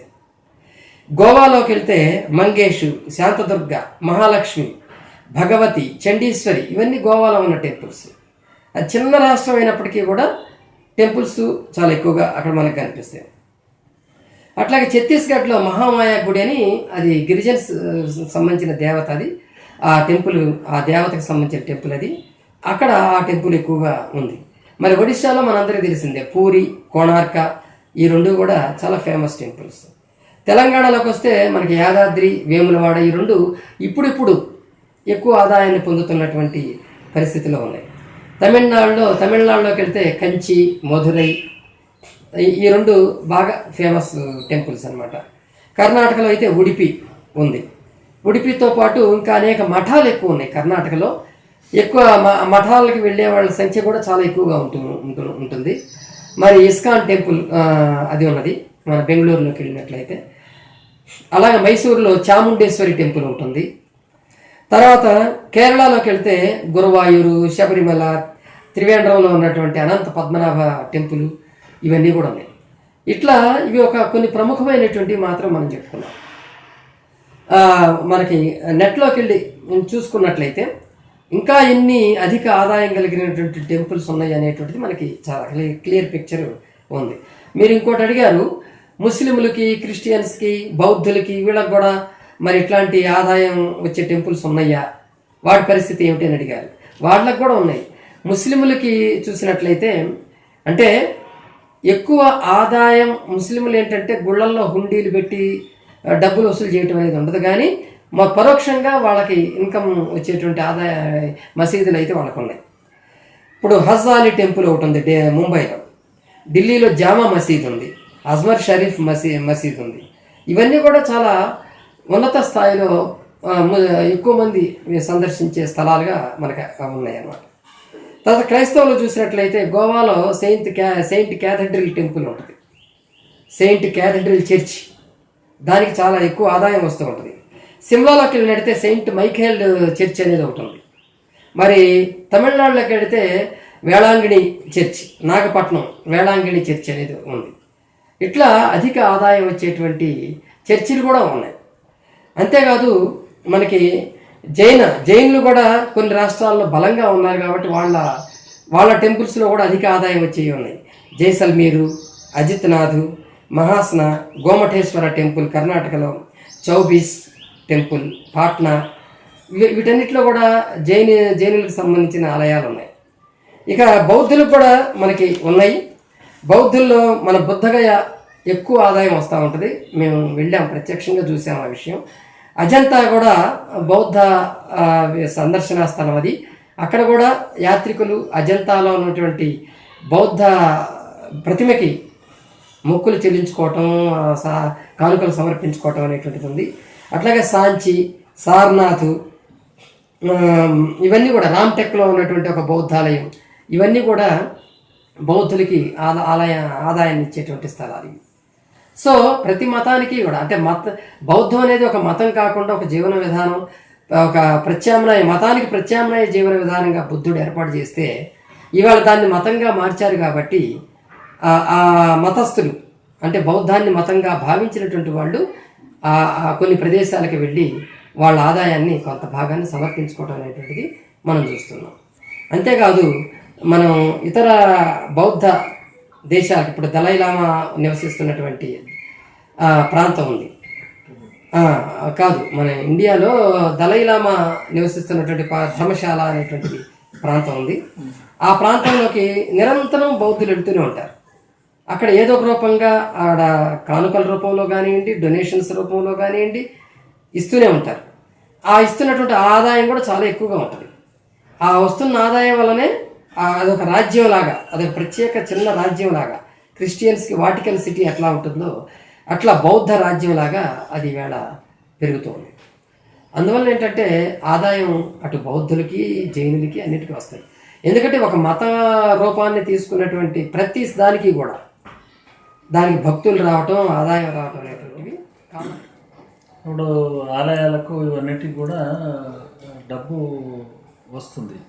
అంటే మొక్కుల రూపంలో కానీ, ఆభరణాల రూపంలో, తర్వాత డబ్బు రూపంలో వీటికి ఆదాయాలు వస్తున్నాయి. కొన్ని ఆలయాలకి చాలా ఆస్తి పోగుబడి ఉంది. భక్తులు వాళ్ళు ఒక దైవ నమ్మకంతో కొంత మానసికమైనటువంటి ప్రశాంతతను ఆ భావంతో పొందుతున్నారు కదా దేవుడు అని చెప్పి మొక్కు చెల్లించుకోవడానికి వచ్చారు. అదో విధమైనటువంటి మానసిక ప్రశాంతతని పొందుతున్నప్పుడు ఇతరులకు మరి దానివల్ల నష్టం, ఇతరులకి నష్టం ఒకటే కాదండి. దీనిలో ఇతరులతో పాటు వ్యక్తిగత నష్టాలు, సామూహిక నష్టాలు రెండూ ఉన్నాయి దీనిలో. ఎట్లంటే ఒక వ్యక్తి ఏ సారాదాగో ఒక మత్తు మందు సేవించో రోడ్ల మీద తిరుగుతున్నాడు అనుకోండి, పోలీసులు వచ్చి వెంటనే అరెస్ట్ చేయటమో లేకపోతే ఊళ్ళో వాళ్ళే అతన్ని తీసుకెళ్ళి వాళ్ళ ఇంట్లో ఉంచటమో ఏదో చేస్తారు. ఏమి అతను తాగితే అతనికి నష్టం, కానీ వాళ్ళకెందుకు నష్టం? వాళ్ళు ఎందుకు అలా చేస్తున్నారు? ఇక్కడ ఆలోచించాలి మనం. ఈ తాగుడు అనేటువంటిది ఏ విధంగానైతే ఒక వ్యక్తిగత నష్టానికి, ఒక సామాజిక దీనికి ఏది అశాంతికి కారణం అవుతుందో అలాంటిదే దీనివల్ల కూడా జరుగుతుంది. అలా దానికన్నా ఎక్కువ మోతాదులో కూడా జరుగుతుంది. ఉదాహరణకి భక్తులు ఇచ్చే కానుకలు, మేము ఇచ్చేది 10 రూపాయలే కదా, 100 రూపాయలే కదా, 20 రూపాయలే కదా అనుకోవచ్చు. అలాంటివి కొన్ని లక్షల మంది, కోట్ల మంది ఇస్తుంటే అవి ఆ దేవాలయాల్లో పోగుపడిపోతున్నాయి. కొన్ని కోట్ల టన్నుల బంగారం, కొన్ని కోట్ల రూపాయల ధనం ఆ దేవాలయాల్లో మూల ఉంటుంది, పోగుపడిపోతుంది. ఇట్లా పోగుపడటం వల్ల 2 నష్టాలు ముఖ్యంగా కనిపిస్తున్నాయి. ఒకటి, ధనం వినియోగంలోకి రాకపోవటం వల్ల పేదరికంగానే ఉండిపోవటం దేశంలో అనేది ఒకటి. రెండోది, ఎక్కడైతే ధనం పోగుపడిపోయిందో అక్కడ ఖచ్చితంగా మాఫియాకు వచ్చే ఆలోచనలు దాన్ని కాపాడే వాళ్ళకు వస్తుంటాయి. దాని ఫలితాలు ఇప్పుడు మనం చూస్తున్నాం కూడా. ఇప్పుడు ఒక ఆశ్రమం ఉందనుకోండి, ఆ ఆశ్రమంలో ధనం పోగుపడిపోతే ఖచ్చితంగా అక్కడ అరాచక శక్తులు పెరుగుతాయి. దానికి అనేక ఆశ్రమాలని మనం ఉదాహరణ తీసుకోవచ్చు. ఒక ఇటీవల రాంపాల్ అనే అతని ఆశ్రమం కానీ, డేరా బాబా ఆశ్రమం కానీ, లేకపోతే మరొక ఆశారాం బాపు ఆశ్రమం కానీ, సాయిబాబా ఆశ్రమం కానీ, ఇట్లా ఏవి చూసినా సరే అరాచక శక్తుల ముఠాలు అక్కడ తిష్టవేసి అనేక అరాచకాలకు కారణమైనవి. ఇవన్నీ మనం చూస్తున్నాం. దేవాలయాల్లో కూడా అలాంటివి జరిగిన సన్నివేశాలు ఉన్నాయి. ఇప్పుడు సింహాచలంలో 1970s సింహాచలం అనేది ఒక ఎక్కువ ఉత్తరాంధ్ర ప్రాంతంలో ఎక్కువ ఆదాయం వచ్చేటువంటి ఒక దేవాలయం. ఆ దేవాలయంలో స్టూవర్ట్పురం దొంగలు పడి కొన్ని బస్తాల ధనాన్ని, బస్తాల నిండా ఉన్నటువంటి 14 బస్తాల ధనాన్ని దోచుకు వెళ్ళారని ఆ ఊళ్ళో ఉన్నవాళ్ళు చెప్పారు మాకు. 14 బస్తాల నిండా వచ్చినటువంటి నాణ్యాలని, నోట్లని, బంగారాన్ని లాక్కెళ్ళిపోతుంటే ఆ వాచ్మెన్ ఏమి చేయలేక ఉంటే, వాళ్ళు లాక్కెళ్ళిపోతూ ఉంటే కొన్ని మధ్యలో బంగారపు నాణ్యాలు లేదా బంగారపు నగలు కొన్ని రాలిపోతే వాటిని ఏరుకున్న వాళ్ళు కూడా ఉన్నారు. ఇప్పటికీ మనకు అక్కడికి వెళితే ఆ విషయాలు చెప్తారు కొంతమంది. ఇవన్నీ జరగడానికి కారణం అక్కడ సంపద పోగుబడి ఉండటమే. అందువల్ల ఏంటంటే మనం కాస్త ఆలోచనా పరులుగా చెప్పాల్సింది ఏంటంటే, దేవుడు సొమ్ము దేవుడిది కాదు, ప్రజలది. ప్రజల కానుకలు వేస్తే, భక్తులు వాళ్ళ నమ్మకాలతో, వాళ్ళ విశ్వాసంతో కానుకలు వేస్తేనే అది అక్కడ ఏర్పడింది. అంతేగాని దేవుడు తనంతట తాను సృష్టించుకున్న సొమ్ము కాదు అది. కాబట్టి ప్రజల సొమ్ము ప్రజలకు మళ్ళీ వెళ్ళాలి, మరొక మార్గంలో వెళ్ళాలి. అలా వెళ్ళనప్పుడే ఇబ్బందులు వస్తాయి. అందుకే హేతువాదులు కానీ మానవవాదులు కానీ ఏమంటారంటే, నీకు దేవాలయాల్లోకి భక్తులు ఇచ్చేటువంటి కానుకలు, వాళ్ళు ఇచ్చే సంపదలన్నిటికీ కూడా పారదర్శకత ఉండాలి అంటారు. ఆ పారదర్శకత కరువైపోయింది ఇప్పుడు. అంటే భక్తులు ఎంతమంది వస్తున్నారు, వాళ్ళెంత కానుకలు ఇస్తున్నారు అనేది కొన్ని చోట్ల అనౌన్స్ చేస్తున్నారు. కానీ టోటల్గా సంవత్సరానికి ఇంత ఆదాయం వచ్చింది, ఇంత ఆదాయాన్ని ఇంత ఖర్చు పెట్టాము, ఇదిగో ఇంత నిల్వ ఉంచాము, ఇప్పుడు ఇది ఇంత సొమ్ము ఉంది, ఇదిగో ఈ సొమ్ముని దీనికి వాడాలనుకుంటున్నాము అని ప్రతి సంవత్సరం ఒక పూర్తి డీటెయిల్స్ ఉన్నటువంటి పారదర్శక పత్రాలని దేవాలయాలు రిలీజ్ చేయాలి. కానీ అలా రిలీజ్ అవుతున్న దాఖలాలు లేవు. అందువల్ల ఏమవుతుందంటే అవి చివరికి ఆ ధనాలు పోగుపడిపోయి అలా కొత్త ఆలోచనలకి, అంటే దోపిడీ చేయాలనుకునేటువంటి ఒక ముఠాలకి కావాల్సిన కొత్త ఆలోచనలు ఇస్తున్నాయి. ఉదాహరణకి మనకి సోమనాథ్ దేవాలయం పూర్వం గుజరాత్లో ఉండే దేవాలయానికి అంతులేని సంపద పోగుబడి ఉంది. దాన్ని దోచుకోవటానికి వెళ్ళటానికి ఒంటెల మీద దాన్ని తరలించుకొని పోవటానికి గజనీ మహమ్మద్ 21 సార్లు వచ్చాడు అక్కడికి. అంటే ఎంత సంపద అక్కడ పోగుబడి ఉందో మనం అర్థం చేసుకోవాలి. 21 సార్లు దండయాత్ర చేశాడు. అతను రాజ్యాన్ని ఆక్రమించడానికి రాలా, కేవలం సంపద కోసం వచ్చాడు ఆయన. సేమ్ అదే పద్ధతి ఇప్పుడు మనకి కేరళలో తిరువనంతపురంలో పద్మనాభ టెంపుల్ ఉంది, అనంత పద్మనాభుని టెంపుల్. మనకు ఒక 5-6 ఏళ్ల క్రితమే అక్కడ గదుల్లో మన భూమిలో ఉన్నటువంటి నేల మాళిగల్లో కొంత సంపద, ప్రతి గదిలోనూ కొంత సంపద ఉందని చెప్పి బయటపడింది. దాని మీద సుప్రీంకోర్టు స్పందించి ఆ సంపదని ఎంత ఉందో లెక్క కట్టమని ఒక కమిటీని కూడా వేసింది. ఆ కమిటీని వేసినప్పుడు ఆ కమిటీలో న్యాయవాదులు ఉన్నారు, బంగారం విలువ చెప్పగలిగినటువంటి మేధావులు ఉన్నారు, వెలగట్టగలిగినటువంటి వాళ్ళు ఉన్నారు, అందరూ ఉన్నారు. వాళ్ళందరూ ఒక 4 గదుల్లో 5 గదుల్లో చూశారు. చూసి దానిలో ఉన్న సంపదే లెక్క కడితేనే 5 లక్షల కోట్ల రూపాయలు కనీసం ఉంటుంది అని చెప్పారు. 5 లక్షల కోట్ల రూపాయలు కనీసం ఉంటుందన్నారు. ఇంకా లెక్క పెట్టవలసిన గదులు ఉన్నాయి. అయితే ఈలోపే ఆ సుప్రీంకోర్టు కూడా ఏమీ చేయలేని పరిస్థితి వచ్చి అక్కడ అర్చకులు కానీ జనం కానీ రాజవంశీకులు కానీ లెక్కించడానికి వీలు లేదని ఆంక్షలు పెట్టి అక్కడ నాగబంధనాలు ఉన్నాయి, లెక్కించిన వాళ్ళని నాగుబాములు కాటేస్తాయి అవి అని భయపెట్టి ఇవన్నీ చేశారు. చేస్తున్నందువల్ల సహకారం లభించకపోవటం వల్ల ఏమీ చేయలేని పరిస్థితి అక్కడ ఉంది. ఇది ఎందుకు చెప్తున్నామంటే ఇట్లా ధనాన్ని నిల ఉంచి ఉంచి ఉంచి చివరికి ఏం చేస్తారు? దాన్ని ప్రజలకు తీసుకురాకుండా ఏం చేస్తారు? అక్కడ ఉన్నటువంటి హేతువాద మిత్రులు ఆ టైంలో స్పందించి మేము దగ్గరుంటాం, మేము తలుపులు తెరుస్తాం, ఆ నాగబంధనాలు ఏమైనా ఉంటే మమ్మల్ని కాటేస్తాయి, నాగపాములు ఏమైనా ఉంటే మేమందరం వెళ్ళి తలుపులు ఓపెన్ చేస్తాం, లెక్కింపు అయిన దాకా మేము రక్షణగా ఉంటాం, దాన్ని లెక్కించాల్సిందేనని చెప్పి వాళ్ళు ఆ రోజు చెప్పారు. అంతే. ఆ మాటలు అన్నందుకు ఆ హేతువాద సంఘ నాయకుడు కళానాథన్ అని ఉన్నాడు, ఆయన ఇంటి మీదకి కొంతమంది మతవాదులు వెళ్ళి దాడులు చేశారు. ఇందులో ఆయన చేసిన పొరపాటు ఏమి కనిపించట్లా మనకి. వాళ్ళు ఏమంటున్నారంటే ఇది ఎంత ధనం ఉందో తెలియాలి, తెలిసి ఆ ధనాన్ని తీసుకువెళ్ళి ప్రజా సంక్షేమానికి వాడాలి. అదంతా కూడా తిరువాన్కూర్ మహారాజు యొక్క తరతరాల నుంచి వాళ్ళ రాజవంశీకులు పోగు చేసినటువంటి ధనం. వాళ్ళు ఎక్కడి నుంచి పోగు చేశారు? దాన్ని ప్రజల నుంచే కదా. ఇప్పుడు ఆ ప్రజలకు దాన్ని ఉపయోగించాలన్నారు. ఎవరడిగినా కాస్త ఆలోచన పరులు ఎవరైనా సరే ఇది అడుగుతారు. పారదర్శకత అనేది అవసరము. అలాగే ఆ ధనాన్ని తిరిగి మళ్ళీ జనంలోకి పంపటం అవసరము. ఈవేళ సమస్యలు చాలా ఉన్నాయి. సరైన ఆసుపత్రులు లేవు, పాఠశాలలు లేవు, సౌకర్యాలు లేవు, మరి మౌలిక వసతులు లేవు. ఇందాకే చెప్పుకున్నాం, మన ఆర్థిక వ్యవస్థ గురించి చెప్పుకున్నాం. కాబట్టి మౌలిక వసతులు లేవు. వీటన్నిటిని ఈ ధనాన్ని ఇట్లాంటి దేవాలయాల్లో పోగుబడిన ఈ ధనాన్ని తీసుకెళ్ళి కనుక ఉపయోగిస్తే భారతదేశం సుసంపన్నం అవుతుంది. కనుక ఇక్కడ మేము అనేది ఏంటంటే ఎవరికి నష్టం అని మీరు అన్నారు. ఎవరికి నష్టం కాదు, ప్రజలకే నష్టం. ఇది ఆ విషయం ప్రజలు తెలుసుకోవట్లా. అది ప్రజలకే నష్టం.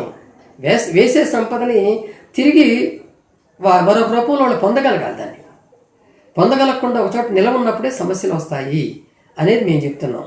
ఎందుకంటే ఇలాంటివి మరి ఇతర దేశాల్లో ఎట్లా ఉన్నాయి? ఇతర దేశాల్లో కూడా టెంపుల్స్ ఉన్నాయి, చర్చీలు ఉన్నాయి, లేకపోతే మసీదులు ఉన్నాయి అక్కడ కూడా. కానీ అక్కడ ముఖ్యంగా క్రిస్టియన్ దేశాలు తీసుకున్నట్లయితే క్రిస్టియన్ దేశాల్లో చర్చిలన్నిటికీ కూడా ప్రభుత్వ అజమాయిషీ ఉంటుంది. అంటే ప్రభుత్వం యొక్క నిఘా ఉంటుంది. దాని మీద వచ్చే ఆదాయాన్ని కంపల్సరీగా చర్చిలు తెలియజేయాలి గవర్నమెంట్కి. అవి ఏం చేస్తున్నాయో తెలియజేయాలి, ఎంత ఖర్చు అవుతుందో తెలియజేయాలి, ఎంత నిల్వ ఉంటుందో తెలియజేయాలి. ఇవన్నీ ఉంటాయి. ఇక్కడ అది లేదు. అది కావాలంటున్నాం మనం. ఇక్కడ ఆదాయం పొందటం వరకే. మరొక విషయం ఇక్కడ చెప్పాల్సిన అవసరం ఉంది. ఈవేళ ఆరాధనా మందిరాలు లేకపోతే ఈ ఆధ్యాత్మిక కేంద్రాలు ఏవైతే ఉన్నాయో వాటన్నిటికీ కూడా ఇన్కమ్ ట్యాక్స్ ఉండదు. ఆ ఇన్కమ్ ట్యాక్స్ డిపార్ట్మెంట్ నుంచి అవి ఎగ్జంప్షన్స్ పొందుతాయి. ఎట్లా పొందుతాయి అని అంటే, డైరెక్ట్గా మేము గుడి కట్టాము, మాకు వచ్చే కానుకల మీద ఇన్కమ్ ట్యాక్స్ వేయకండి అని అంటే ఇన్కమ్ ట్యాక్స్ డిపార్ట్మెంట్లో అందుకు ఒప్పుకోవడానికి వీల్లేదు. ఎందుకు? రాజ్యాంగం ఒప్పుకోదు దానికి. అందుకని వాళ్ళు ఏం చేస్తున్నారంటే, మేము ప్రజాసేవ చేస్తున్నాము అనే ఒక క్లాజ్ పెడుతున్నారు. మా ఆదాయాన్ని మేము ప్రజలకు ఉపయోగిస్తున్నాము అనే క్లాజ్ పెడుతున్నారు. ఆ ఆదాయం పేరుతో ధర్మ సత్రాలు కట్టిస్తున్నాము, ఉచిత నిత్యాన్న భోజనాలు ఏర్పాటు చేస్తున్నాము, ఉచిత విద్య కల్పిస్తున్నాము, విద్యా పాఠశాలలు కల్పిస్తున్నాము, ఆసుపత్రులు కట్టిస్తున్నాము, లేదా కళ్యాణ మంటపాలు కట్టిస్తున్నాము అని ఏవో ఒకటి వాళ్ళు చెప్పకపోతే వాళ్ళు ఎగ్జంప్షన్ ఇవ్వరు. అందువలన ఆ ఎగ్జంప్షన్స్ కోసం అవి చెప్తున్నారు. ఆచరణలోకి వచ్చినప్పుడు వాళ్ళు చెప్పినంత ఎక్కడా చూపించట్లేదు.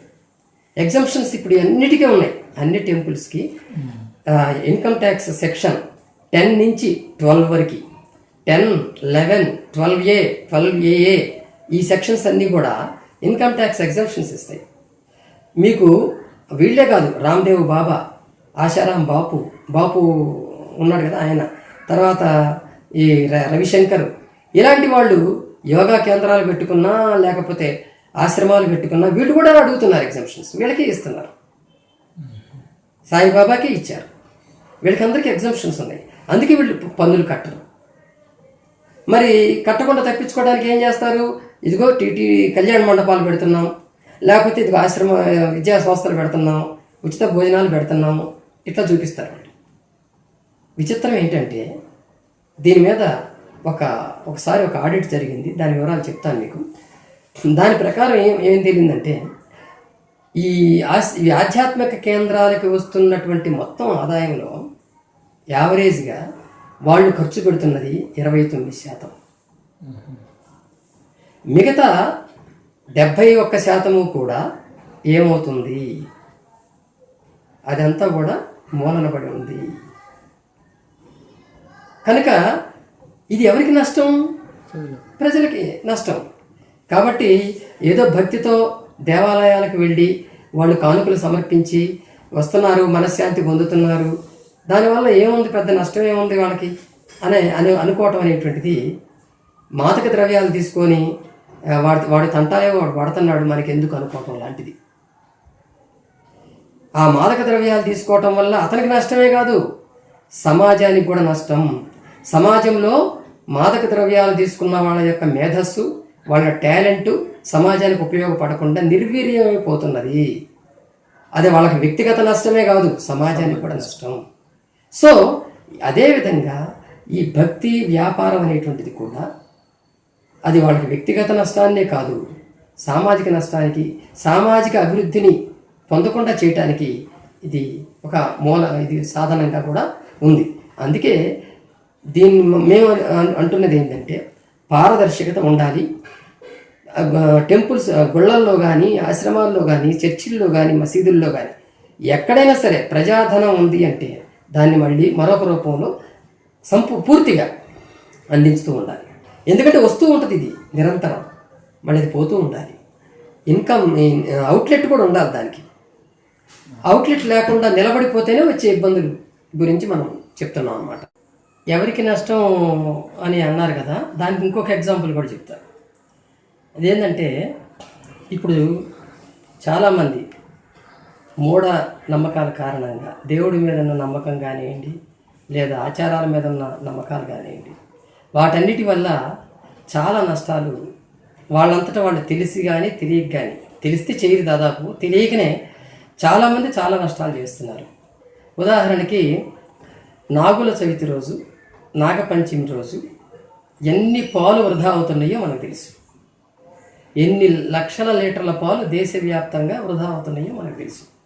ఒక్కసారి మన మైండ్ని ఉపయోగించి మన ఇంట్లో 1 లీటర్ పాలు దానికి ఖర్చు పెట్టామనంటే మన ఊళ్ళో ఎన్ని లీటర్లు ఖర్చు అయినాయి, అలా మన నగరంలో మన స్టేట్లో ఎన్ని ఖర్చు అయినాయి, ఇతర రాష్ట్రాల్లో మొక్కలెత్తి ఎన్ని ఖర్చు అవుతాయి అని ఒక్క అంచనా వేస్తే చాలు. పాలు అనేది చాలా విలువైన పోషకాహారం. పిల్లలు పాలు దొరక్క అలమటిస్తూ మరణించేటువంటి పిల్లలు ఉన్నటువంటి ఈ దేశంలో పాలను ఆ విధంగా వృధా చేయటం అనేటువంటిది ఏ రకమైనటువంటి భక్తికి నిదర్శనమో మీరు ఆలోచించుకోవాలి. ఇంకోటి, ఒక్క పాలే కాదు, ప్రతిరోజు చాలామంది వాళ్ళ షాపులను ఓపెన్ చేసేటప్పుడు కానీ నైట్ క్లోజ్ చేసేటప్పుడు కానీ కొబ్బరికాయలు కొట్టి రోడ్డు మీద విసిరేసి పోతుంటారు. అందులో ఉన్నటువంటి కొబ్బరి చాలా విలువైన ఆహారం. ఎన్ని వందల కొబ్బరికాయలు ఆ విధంగా రోజుకి వేస్ట్ అవుతున్నాయో చూసుకోవచ్చు. దిష్టి పేరుతో ఎన్ని గుమ్మడికాయలను మనం వేస్ట్ చేస్తున్నామో, దిష్టి పేరుతో ఇంకా ఎన్ని కొబ్బరికాయలని వేస్ట్ చేస్తున్నామో, లేకుంటే ఎన్ని నిమ్మకాయల్ని మనం వేస్ట్ చేస్తున్నామో చూసుకోవచ్చు. అంటే ఆహారానికి పనికి వచ్చేటువంటి పదార్థాలన్నింటినీ కూడా ఈ ఈ ఈ రకంగా వేస్ట్ చేయటం వల్ల సమాజం ఎంత నష్టపోతుంది, దాని ప్రభావం ఆర్థిక వ్యవస్థ మీద ఎంతవరకు ఉంటుందనేది కూడా చూసుకోవచ్చు. ఇప్పుడు పాలు, ఉదాహరణకి పాలే కనుక మనం పాలకు జరిగే నష్టాన్ని తీసుకున్నట్లయితే, ఒక లీటర్ ఉత్పత్తి కావాలంటే ఒక రైతు, పాడి పరిశ్రమలో ఉన్నటువంటి ఒక రైతు ఎంత గడ్డిని తీసుకురావాలి, అలాగే దాన్ని ఆవులను కానీ గేదెలను కానీ సాకటానికి ఎంత టైం ఖర్చు పెట్టాలి, వాటిని ఏ విధంగా మేపాలి, పెంచాలి, ఈ విధంగా దీని వెనకాల ఎంత కష్టం ఉంది, దాని వెనక ఎంత విలువైనటువంటి పని గంటలు ఉన్నాయి, ఇవన్నీ కూడా మనం అర్థం చేసుకోవాల్సిన అవసరం ఉంది. ఆహార పదార్థాలను తయారు కావటానికి దాని వెనుకున్న శ్రమని, దాని వెనుకున్నటువంటి కాలాన్ని మనం అర్థం చేసుకోవాల్సిన అవసరం ఉంది. దాన్ని అన్నింటినీ కూడా ఇలా దుర్వినియోగం చేయటం అనేటువంటిది ఏ మేరకు సరైనది అనేది కూడా అర్థం చేసుకోవాలి. వినాయక చవితి పండుగ వస్తుంది, లేదా దీపావళి వస్తుంది, దసరా వస్తుంది. ఈ పండగలన్నిటిలోనూ ఎంత వేస్టేజ్ ఎంత జరుగుతుంది అనేది, పర్యావరణ కాలుష్యం ఎంత జరుగుతుంది అనేది మనం అంచనా వేసుకోవాలి. ఇప్పుడు వినాయకుడి నిమజ్జనం సందర్భంగా ఒక కాలువల్లో కానీ, బావుల్లో కానీ, చెరువుల్లో కానీ ఎంత కాలుష్యం పేరుకుపోతుందనేది చాలామంది పర్యావరణవేత్తలు లెక్కలతో సహా వివరించారు. అవన్నీ ఉన్నాయి. చివరికి కోర్టులు కూడా అది తప్పని చెప్పినాయి. అయినా సరే వినట్లేదు మనం. కాబట్టి ఆ రోజు గడిచిపోతే సరిపోద్ది అనుకోకూడదు. ఎప్పుడు కూడా మనం మన తరాల గురించి ఆలోచించాలి. మన ఇంట్లో మనం చేసే సంపాదన, మనం చేస్తున్నటువంటి కృషి, ఇదంతా ఎవరి కోసం అని మిమ్మల్ని అడిగితే మీరు ఏం చెప్తారు? మా పిల్లల కోసం అంటారు మీరు. అంటే తర్వాత తరం కోసమనే కదా మీరు అంటున్నారు. మరి సమాజాన్ని ఎందుకు మీరు ఆలోచించరు? మీ పిల్లల కోసం మీరు ఆలోచిస్తున్నప్పుడు మీ ఇలా ప్రతి ఇంట్లోనూ ఇలాంటి పిల్లలు ఉంటారు. అంటే ఒక సమాజం అంతా కూడాను ఉంటుంది. ఈ సమాజం గురించి మనం ఆలోచించాల్సిన అవసరం లేదా? నువ్వు సమాజంలో ఉండటం లేదా? దానికి జరిగే నష్టం నీకు నష్టం కాదా అనేటువంటి ప్రశ్నలు కూడా బయటకు వస్తాయి. అందువలన ఇది ఎవరికి నష్టం అనేటువంటి ప్రశ్న దాని వెనుక చాలా ఉంది. ఒక ఆహారమే కాదు, అనేక పదార్థాలు వేస్ట్ చేస్తున్నాం, అనేక సమయాల్లో వేస్ట్ చేస్తున్నాం. వీటన్నిటిని గురించి కూడా మనం తెలుసుకోవాలి. అందుకే హేతువాదులైన మానవవాదులైన భక్తి మీద, దేవుడి మీద వ్యతిరేకత కంటే ముఖ్యంగా సామాజిక దృష్టితో వాళ్ళు ఆలోచించే ఇవన్నీ చెప్తూ ఉంటారు. రేపటి సమాజం గురించి, వాళ్ళ పర్యావరణం గురించి, ప్రకృతి గురించి, వీటి గురించి ఆలోచించే చెప్తుంటారు. అందువలన నష్టం అనేటువంటిది ఎక్కడన్నా సరే దాన్ని మనం భక్తికి వేరుగా చూసి దాన్ని దాన్ని అంటే ఆ నష్టం జరగకుండా మాత్రం చూసుకోవాల్సినటువంటి అవసరం మనకు ఉంటుంది. ఇప్పుడు అన్ని మతాలకి సంబంధించినటువంటి ఆలయాలు, వాటి యొక్క సంపద, వీటన్నిటిలో కూడా ఒక పారదర్శకత అనేది ఉండాలని చెప్పి మీరు మీ వివరణలో చెప్పారు. అయితే ఇప్పుడు దీంట్లో మరి పారదర్శకత లేదా? ఆడిట్ అనేది దీనికి జరగదా? మరి ఏంటి అసలు దీనిలో ఉన్న రహస్యం ఏంటి, ఈ విషయం ఏంటి? ఈ ఇన్కమ్ ట్యాక్స్ అనేటువంటిది దానిపైన ఉంటుందా? చెప్పింది ఏంటంటే, ప్రతి దేవాలయంలోనూ ఆదాయ వ్యయాల మీద పారదర్శకత ఉండాలి. దానికి ట్రస్టీలుగా ఎవరైతే ఉన్నారో వాళ్ళు నిజాయితీతో వ్యవహరించాలి. అది ప్రజల సొమ్ము అనే కాన్సెప్ట్తో వాళ్ళు ఉండాలి. అవినీతికి దూరంగా, దుర్వినియోగానికి దూరంగా కూడా ఉండాలి. నిజంగా పవిత్రం అని అనుకుంటున్నారు కదా, అలాంటి పవిత్రత అనేది వాళ్ళల్లో కనిపించాలి. ఈ విషయంలో అది కనిపించినప్పుడే, పారదర్శకత అనేది ఉన్నప్పుడే దాని మీద నమ్మకం పెరుగుతుంది. అయితే ఆడిట్ గురించి అడిగారు మీరు. మన భారతదేశ చరిత్రలో మొట్టమొదటిసారిగా ఆడిట్, దేవాలయాల ఆదాయ వ్యయాల మీద ఆడిట్ జరగటం అనేటువంటిది ఒకే ఒకసారి 2015లో జరిగింది. అది కూడా అన్నిటి మీద కాదు, ముఖ్యమైనటువంటి 4 దేవాలయాల మీద ఆడిట్ జరిగింది. ఆ దేవాలయాలు ఏంటంటే మన ఆంధ్రప్రదేశ్లో ఉన్నటువంటి తిరుపతి, మహారాష్ట్రలో ఉన్న సిద్ధ వినాయక టెంపుల్, ఇంకోటి మహారాష్ట్రలోదే షిర్ది, తర్వాత ఉత్తరప్రదేశ్లో ఉన్న కాశీ విశ్వనాథ టెంపుల్. వీటి యొక్క అకౌంట్స్ మీద ఆడిట్ జరిగింది. 2014-15 సంవత్సరానికి వచ్చినటువంటి ఇన్కమ్ మీద జరిగింది. అంతకుముందు ఇన్కమ్ని వాళ్ళు పట్టించుకోలేదు. ఆ ఒక్క సంవత్సరం జరిపారు. దానిలో వెల్లడైనటువంటి లెక్కలు మనం తీసుకున్నట్లయితే తిరుపతి ఆదాయం, సంవత్సర ఆదాయం 2262 కోట్లు తిరుపతికి వచ్చే సంవత్సర ఆదాయం ఆ ఆడిట్ లెక్క ప్రకారం. అలాగే ముంబైలో ఉన్నటువంటి సిద్ధి వినాయక టెంపుల్ ఏదైతే ఉందో దానికి 70,28,00,000 వచ్చినట్టుగా వాళ్ళు చూపించారు. షిరిడీది అయితే 347,27,00,000 అని చూపించారు. మరి కాశీ విశ్వనాథుడు అయితే 11,58,00,000 అని మాత్రమే చూపించారు. ఇవి ఆడిట్లో వెల్లడైన లెక్కలు. ఇవి నిజానికి ఇవి తెలిసిన వాళ్ళు, ఈ దేవాలయాల గురించి తెలిసినటువంటి వాళ్ళు ఇవేమి లెక్కలు అని ఎవరైనా అనగలరు. అది ఎవరో హేతువాదులు అనాల్సింది, భక్తులే అంటారు ఆ మాట. ఎందుకంటే కాశీ విశ్వనాథ టెంపుల్ ఎవరైనా చూసినట్లయితే ప్రతిరోజు ఎన్ని వేల మంది భక్తులు వస్తారో, అక్కడ ఎంత ఆదాయం వస్తుందో తెలుసు. సంవత్సరానికి 11 కోట్ల ఆదాయం అంటే నవ్వుతారు ఎవరైనా సరే. ఒక్కసారి నెలకు వస్తుంది అక్కడ 11 కోట్లు, సంవత్సరానికి కాదు, ఇంకా తక్కువ రోజులకే వస్తుంది. అట్లాగే మరి ముంబైలో సిద్ధి వినాయక టెంపుల్ దగ్గరికి వెళ్ళి చూసినా అంతే. వాడు సంవత్సర ఆదాయం 70 కోట్లు అన్నారు. 70 కోట్లు అనేది హాస్యాస్పదం. అది షిర్దీకి 347 కోట్లు అన్నారు. కానీ ఇంకెక్కువ ఉంది. ప్రతిరోజు మీరు వెళ్ళి చూస్తే ఎన్ని వేల వందల బస్సులు వస్తుంటాయో, భక్తులు వస్తుంటారో, ఇంకా వేరే వాహనాలు ఎంతమంది వస్తుంటారో మనకు తెలుస్తుంది. కనుక అంచనా వేసుకుంటే ఈ లెక్కలు ఆడిట్ వాళ్ళకి సమర్పించిన ఈ లెక్కలు ఏవైతే ఉన్నాయో అంత రిలయబుల్ కాదు అని సామాన్యులకి ఎవరికైనా తెలుస్తుంది. సరే, ఆ ఆడిట్ లెక్కల ప్రకారమే మనం ఆలోచిద్దాం. వేరే మన సొంత దీనిలోకి వెళ్లకుండా ఆలోచిద్దాం. ఆ లెక్కల ప్రకారం ఆడిట్ వాళ్ళు బయటపెట్టిన వివరాల ప్రకారం చూసినట్లయితే ఈ 4 దేవాలయాల్లో బంగారం కానీ వెండి కానీ ఎంత ఉందో తెలుసా? 60,115 కోట్లు విలువ చేసేటువంటి వెండి, బంగారపు వెండి నిల్వలు ఉన్నాయి. మరి వాటి భూముల విలువ, ఆ దేవాలయాల కింద ఉన్నటువంటి భూముల విలువ 43,508 కోట్ల రూపాయలు విలువ చేసే భూములు ఉన్నాయి. ఇక ఫిక్స్డ్ డిపాజిట్ల రూపంలో ఈ దేవాలయాల పేరుతో బ్యాంకుల్లో ఉన్నటువంటి డబ్బు 9,873 కోట్ల 55 లక్షలు. ఇక ఇతర సంపదలు అంటే వ్యాపార వాళ్ళ ఆ గుళ్ళ పేరుతో ఉన్నటువంటి ఇతర మందిరాలు కానీ, కళ్యాణ మండపాలు కానీ, అట్లాంటివి అన్నమాట. ఇతర భవనాలు కానీ ఏవైనా సరే వాటి విలువ 18,748 కోట్లు. ఇవన్నీ ఆడిట్ వాళ్ళు వెల్లడించినటువంటి లెక్కలు.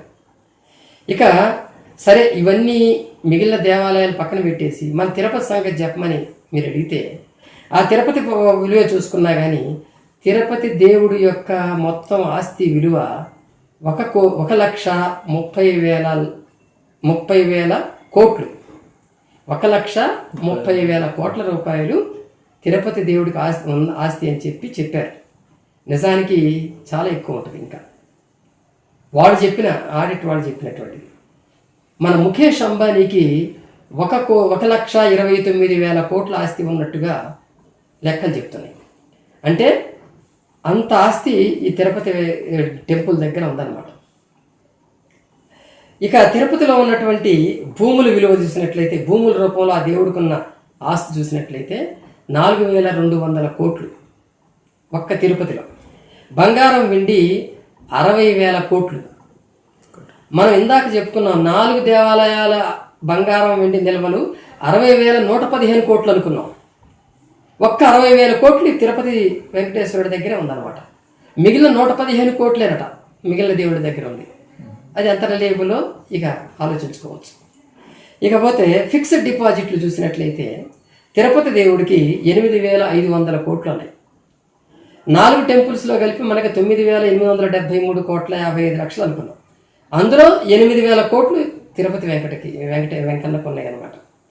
ఇక ఇతర ఆస్తులు భవనాలు మొదలైనవన్నీ చూస్తే 18,748 కోట్లు అనుకున్నాము 4 టెంపుల్స్కి. ఇది 18,000 కోట్లు తిరుపతి వెంకన్నకే ఉన్నాయి. ఇది మనం గమనించాల్సింది. ఏది ఆడిట్లో వచ్చిన లెక్కలు ఇవన్నీ కూడా. ఇక బంగారపు నిల్వలు 22,000 టన్నులు ఉన్నాయి తిరుపతిలో అని చెప్పి వరల్డ్ గోల్డ్ కౌన్సిల్ వాళ్ళు ప్రకటించారు. 22,000 టన్నుల బంగారం తిరుపతి టెంపుల్లో ఉంది అని. దాని విలువ ఎంత వాళ్ళు విలువ కట్టారు ఎంతట 70,000 కోట్లు దాని విలువ. ఇక మూల విరాట్ ఉన్నది కదా, తిరుపతిలో ఉన్న మూల విరాట్ ఒంటి మీద 1,000 కోట్ల విలువ చేసే బంగారం ఉంటుందట ఒక్క మూల విరాట్ మీద. మరి ఇవన్నీ కూడా వరల్డ్ గోల్డ్ కౌన్సిల్ వాళ్ళు వెల్లడించినటువంటివి. ప్రతి సంవత్సరానికి కూడా ఆదాయం బంగారం రూపంలో 80 నుంచి 100 కిలోల బంగారం వస్తుందట తిరుపతి వెంకన్నకి. ఇందులో మళ్ళీ వజ్రాలు, ముత్యాలు, రంగురాళ్ళు ఇవి కలపలేదు. వాటి విలువ వేరే. ఓన్లీ బంగారం గురించే వాళ్ళు చెప్పడం అనేటువంటి జరిగింది. టీటీడీ వాళ్ళు ఇవి ఎస్బీఐలో 1,800 కిలోల బంగారాన్ని దాచిపెట్టారు. ఇంతకుముందు చెప్పుకున్నటువంటి టెంపుల్స్ 4 ఏవైతే ఉన్నాయో ఆ 4 టెంపుల్స్కి రోజుకి 5 లక్షల మంది భక్తులు వస్తారని అంచనా. 8 కోట్ల రూపాయలు కానుకలు వస్తాయని ఒక అంచనాగా ఆడిట్ వాడు చెప్పారు. ఇట్లా చూసుకున్నా సరే వాటికి సంవత్సరానికి వచ్చేటువంటి ఆదాయాన్ని కనుక తీసుకున్నట్లయితే మనం ఎకనామిస్టులు చెప్పేది ఏంటంటే ఆ ఆదాయంతో ఆ గుళ్ళల్లో ఉన్నటువంటి సంపదతో, ఆ ఆదాయమే కాదు గుళ్ళల్లో ఉన్నటువంటి ఆ సంపదతో, ఆ 4 గుళ్ళల్లో ఉన్న సంపదతో 500 సంవత్సరాల వరకు దేశమంతటా ఉచితంగా అందరికీ పెట్రోల్ ఇచ్చేయచ్చు. 500 సంవత్సరాలు,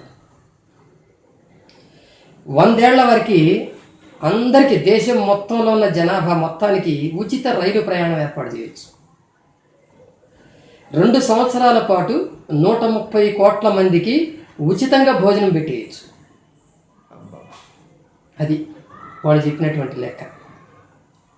కనుక అంత సంపద మూలుగుతూ ఉంది దేవాలయాల్లో ఈవేళ.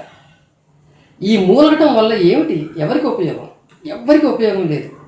మళ్ళీ ఏదో ఒక రూపంలో దీన్ని తస్కరించడానికి ఏదో ఒక రూపంలో ఎవరో ఒకరు రావచ్చు. అందువలన ఖచ్చితంగా ఇది సద్వినియోగం కావాల్సిందే, జనానికి వెళ్ళాల్సిందే, దేశ సంక్షేమానికి ఇది ఉపయోగపడాల్సిందే. అందుకే అయితే హుండీల్లో కానుకలు వేసే భక్తులను ఉద్దేశించి బాబా రామ్దేవ్ లాంటి వాళ్ళు, శ్రీ రవిశంకర్ లాంటి వాళ్ళు ఆ మధ్య ఒక నినాదం ఇచ్చారు. భక్తులారా మీరు గుడికి వెళ్ళండి కానీ హుండీల్లో కానుకలు వేయొద్దు అని ఒక నినాదం ఇచ్చారు. అది ఎందుకు ఇచ్చారనేది వాళ్ళని అడగాలి.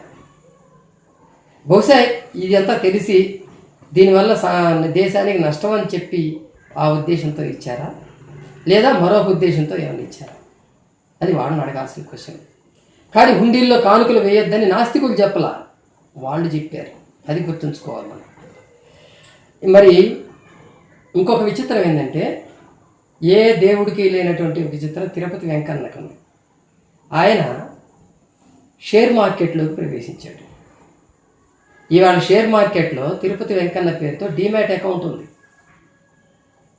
అంటే ఎందుకు ప్రవేశించాడు అంటే ఇంకా సంపదని వృద్ధి చేసుకోవటానికి రకరకాల కంపెనీల్లో తిరుపతి వెంకన్న పేరుతో షేర్ క్యాపిటల్ అనేటువంటిది తిరుగుతూ ఉందన్నమాట.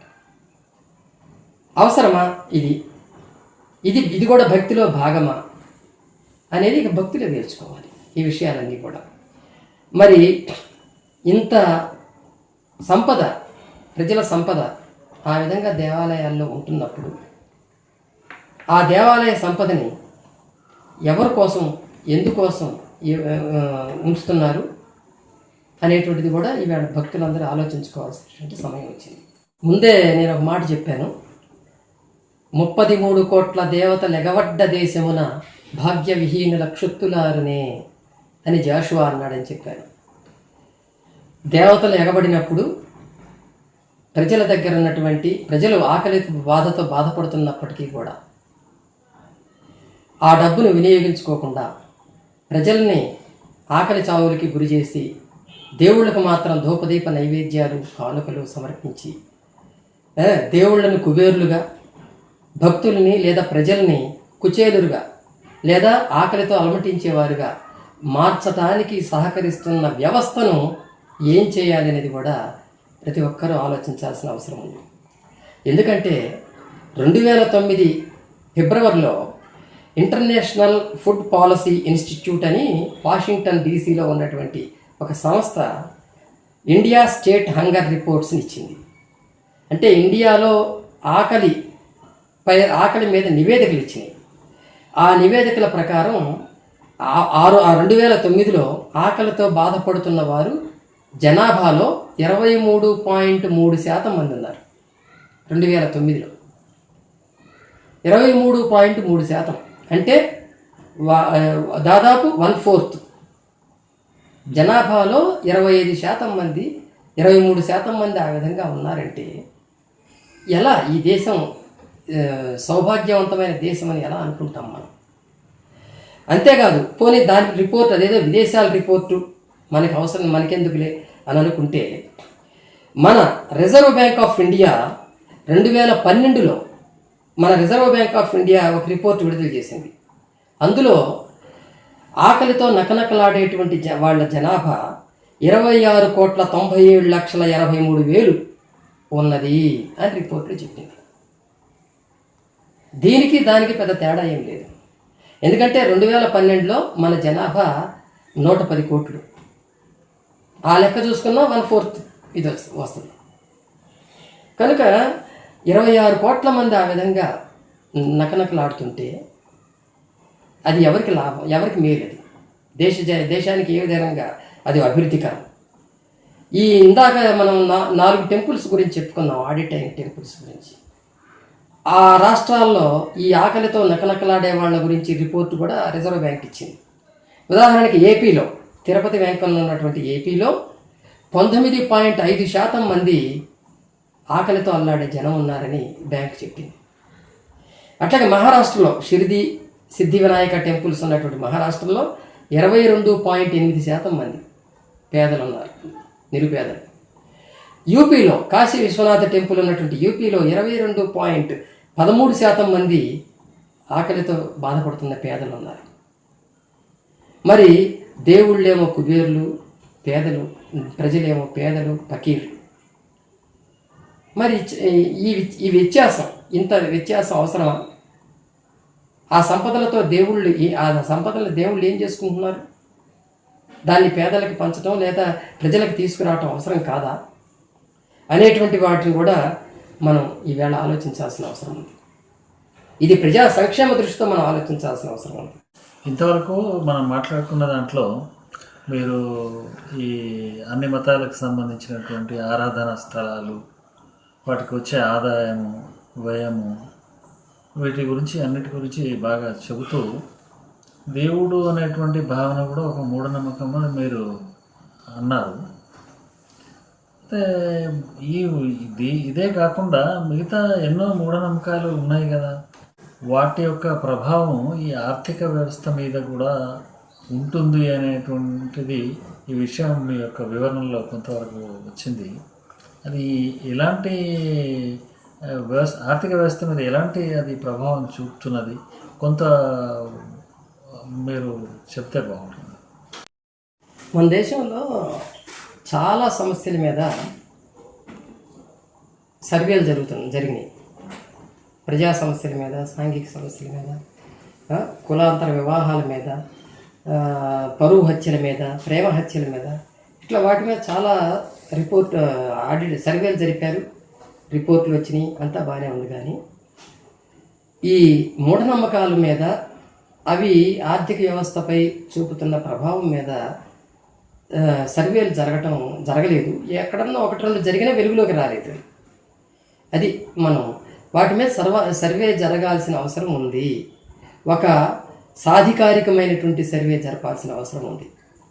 ఎన్నో మూఢనమ్మకాలు ఇవాళ ఆర్థిక వ్యవస్థని ప్రమాద స్థితిలోకి నెడుతున్నాయి. దాన్ని కొంతమంది మాత్రమే ఎదిగే విధంగా, ప్రజలందరూ కూడా ఇందాక చెప్పుకున్నట్టుగా 1% మాత్రమే ఆర్థిక వ్యవస్థ మొత్తాన్ని గుప్పెట్లో పెట్టుకొని విధంగా మిగిలిన వాళ్ళందరూ కూడా అసలు ఆర్థికంగా చితికిపోయి బతుకే భారమైపోయేటువంటి విధంగా తయారవుతున్నాయి. దీని వెనుక ఖచ్చితంగా మూఢనమ్మకాల ప్రభావం ఉందనే చెప్పాలి. ఎందుకంటే వాస్తు లాంటివి చూసుకోండి, జ్యోతిష్యం లాంటివి తీసుకోండి. వాస్తు అనేటువంటిది కేవలం నమ్మకం, ఎటువంటి శాస్త్రీయత ఆ నమ్మకానికి లేదు. ఒక నిర్మాణ రంగంలో వాస్తుని నిర్మాణ ప్రక్రియగా చూస్తే ఇబ్బంది లేదు ఎవరికి. పూర్వకాలం నుంచి కూడా వాస్తును ఆ విధంగానే చూశారు. ఆలయ వాస్తు, ఆగమ వాస్తు, లేకుంటే అంతఃపుర వాస్తు, ఏం చూసినా సరే అదొక నిర్మాణ పరంగా చూశారు. దాన్ని ఈవేళ మనం ఏం చేస్తున్నామంటే నిర్మాణ విషయాలను పక్కన పెట్టేసేసి అదొక నమ్మకంగా తీసుకొచ్చి ఆ వాస్తుని ఇదిగో ఈ కిటికీలు ఎన్ని ఉండాలి, తలుపులు ఎన్ని ఉండాలి, ఇది ఇటు ఉండాలి, అది అటు ఉండాలి, అది లేకపోతే తీవ్ర ప్రమాదం వస్తుంది అని బెదిరించి జనాన్ని ఆ నమ్మకానికి కట్టుబడేలా చేస్తున్నాం. దానివల్ల ప్రతి ఒక్కడు కూడా కట్టిన దాన్ని కూల్చుకోవటం, లేదా కట్టబోయే ముందు వాస్తు పండితుడిని తీసుకొచ్చి చూపించి వేలుకు వేలు ఆయనకి దారబోయటం, ఇలాంటివన్నీ చేయటం వల్ల ఎంతో ధనాన్ని నష్టపోతున్నాడు వినియోగదారుడు. అదేవిధంగా జ్యోతిష్యం ఒక లెక్క ప్రకారం జ్యోతిష్యంలో మొత్తం దేశవ్యాప్తంగా కొన్ని లక్షల మంది జ్యోతిష్యులు ఉన్నారు. వాళ్ళందరూ జనం నుంచి పిండుకునేటువంటి డబ్బు ఎంత అనేది ఒక బొంబాయిలో ఉన్నటువంటి ఒక ఆర్థికవేత్త అంచనా వేసి చెప్పింది ఏంటంటే 50,000 కోట్లు సంవత్సరానికి. 50,000 కోట్ల మనీ ఈ జ్యోతిష్యులకి ఆ వినియోగదారులకి మధ్య మారుతోంది. సో ఇదంతా ఆర్థిక వ్యవస్థ మీద ప్రభావం చూపిస్తూనే ఉంటుంది. అట్లాగే రంగురాళ్ళు, చేతికి ఉంగరాలకి రంగురాళ్ళు పెట్టుకుంటారు. అదృష్టాన్ని బట్టి, జాతకాన్ని బట్టి రంగురాళ్ళను నిర్ణయించుకొని పెట్టుకుంటే వాళ్ళకి అన్ని శుభాలే జరుగుతాయి అనే ఒక మూఢనమ్మకంతో వేలకు వేల రూపాయలు పోసి ఇవాళ రంగురాళ్ళు కొనుక్కొని చేతులకు వేలాడ తీసుకుంటున్నారు. వీటన్నిటికీ ఎటువంటి ఆధారాలు లేవు, సైంటిఫిక్ ఆధారాలు లేవు. అలాగే బంగారం, వెండి వస్తువులు కొనుక్కోవటం, అక్షయ తృతీయ లాంటి పండుగలు వచ్చిందంటే ఇక బంగారం ధరలు పెరగటం పక్కన పెట్టి ఒక్క తులమైన బంగారం కొనక్కపోతే శుభం జరగదు అనే నమ్మకం పెరగటం వల్ల బంగారం మార్కెట్ ఇవాళ విపరీతంగా ముందుకెళ్ళిపోతుంది. కనుక అలాంటివన్నీ కూడా మూఢనమ్మకాల కిందకే వస్తాయి. ఇక ఆధ్యాత్మిక కేంద్రాల గురించి ఎంత తక్కువ చెప్పుకుంటే అంత మంచిది మనకి. ఎందుకంటే ప్రతి ఆధ్యాత్మిక కేంద్రంలోనూ ఒక మాఫియా ఉంటున్న పరిస్థితి మనకు కనిపిస్తుంది. సత్యసాయిబాబా ఆశ్రమంలో కూడా మాఫియా ఉంది. అక్కడ కూడా హత్యలు జరిగినాయి. వచ్చిన భక్తుల హత్యలు కూడా జరిగినాయి. కొంతమంది భక్తుల్ని హత్య చేయటం జరిగింది. వాటి మీద ఎంక్వైరీలు లేవు, విచారణలు లేవు. అట్లాగే రాజకీయ నాయకులు వాళ్ళకున్నటువంటి బ్లాక్ మనీని వైట్ చేసుకోవడానికి కూడా ఆ ఆశ్రమాల కేంద్రాలు అవుతున్నాయి. ఇవన్నీ కూడా జరుగుతున్న పక్కా వాస్తవాలని చెప్పి పత్రికలు బోల్డ్ రాసింది. తర్వాత యోగా కేంద్రాల పేరుతో ఇటీవల కాలంలో యోగా బాగా పాపులర్ అయ్యి యోగా కేంద్రాలు ఏర్పడి ఆ యోగా కేంద్రాలన్నీ కూడా ఇన్కమ్ ట్యాక్స్ ఎగ్జంప్షన్స్ని పొంది ఈవేళ బోల్డ్ డబ్బుని వసూలు చేసుకుంటున్నాయి. ఇక పాశ్చాత్య దేశాల్లో, అమెరికాలో లాంటి దేశాల్లో అయితే యోగా కేంద్రాల మీద ప్రభుత్వ దాడులు కూడా జరిగినాయి. దాడులు జరిగి కొంతమంది యోగా గురువుల్ని పట్టుకొని జైళ్ళల్లో కూడా పెట్టడం జరిగింది. ఇవన్నీ చెప్పుకోవటానికి చాలా వివరాలు ఉన్నాయి. అలాగే అప్పుడప్పుడు వచ్చేటువంటి పుకార్లు కొన్ని మనకు కనిపిస్తూ ఉంటాయి. ఏంటా పుకార్లు? అన్న చెల్లెలకి చీరలు పెట్టాలి, లేదా ఫలానా రోజు ఫలానా పచ్చ చీరలే ధరించాలి, లేదా ఫలానా రోజు ఫలానా వస్తువులే వాడాలి, ఇలాంటి పుకార్లు వస్తూ ఉంటాయి. ఈ పుకార్లు రావటం వల్ల కూడా జనం వాటికి నిజమే అనుకొని వాటి వెంటబడి అవి కొనుక్కోవటం, లేని అవసరం లేకపోయినా సరే కొనుక్కోవటం ఇవన్నీ జరుగుతూ ఉన్నాయి. వీటన్నిటి కారణం ఇట్లాంటివి చాలా నమ్మకాలు ఉన్నాయి చెప్పుకోవటానికి. వీటన్నిటికీ తీసుకుంటాం వల్లనే మూఢనమ్మకాలు అనేవి ఇవన్నీ ఇంత ఎక్కువగా ఉండటం వల్లనే ఆర్థిక వ్యవస్థ దెబ్బతింటున్నది. ఒక సామాన్య జీవితం ఎంతకాలం ఉన్నవాడు సామాన్యులుగానే మిగిలిపోయే పరిస్థితి వస్తున్నది. కనుక వీటి నుంచి మూఢనమ్మకాల నుంచి తప్పనిసరిగా బయటపడాల్సిన అవసరం ఉంది. ఈ మూఢనమ్మకాల నుంచి బయటపడటానికి కావలసినటువంటి విజ్ఞత, హేతు దృష్టి అనేటువంటివి మనం మన చదువు ద్వారా లేకుంటే ఎవరిని చెబుతుంటే వాటిని వినటం ద్వారా మనం అలవర్చుకోవాల్సిన అవసరం ఉన్నది. ఇంతవరకు మనం చెప్పుకున్నటువంటి విషయాల్లో ఈ మూఢ నమ్మకాలు అనేటువంటిది ఆర్థిక వ్యవస్థ మీద దాని యొక్క ఇంపాక్ట్ సరే ఉంది అని అనుకున్నాను. అట్లాగే సామాజిక పరంగా కూడా ఎన్నో నష్టాలు ఉన్నాయని మీరు వాటిని చాలా చక్కగా వివరించారు. మరి ఇవన్నీ జరుగుతున్నాయి కదా, ఆర్థికమైనటువంటి నష్టాలు జరుగుతున్నాయి, సామాజికంగా కూడా మనము నష్టపోతున్నాము. వీటికన్నిటికీ పరిష్కారాలు లేవా? ప్రశ్న ఉన్న చోటే సమాధానం ఉన్నట్టుగా సమస్య ఉంటే పరిష్కారం కూడా ఉంటుంది.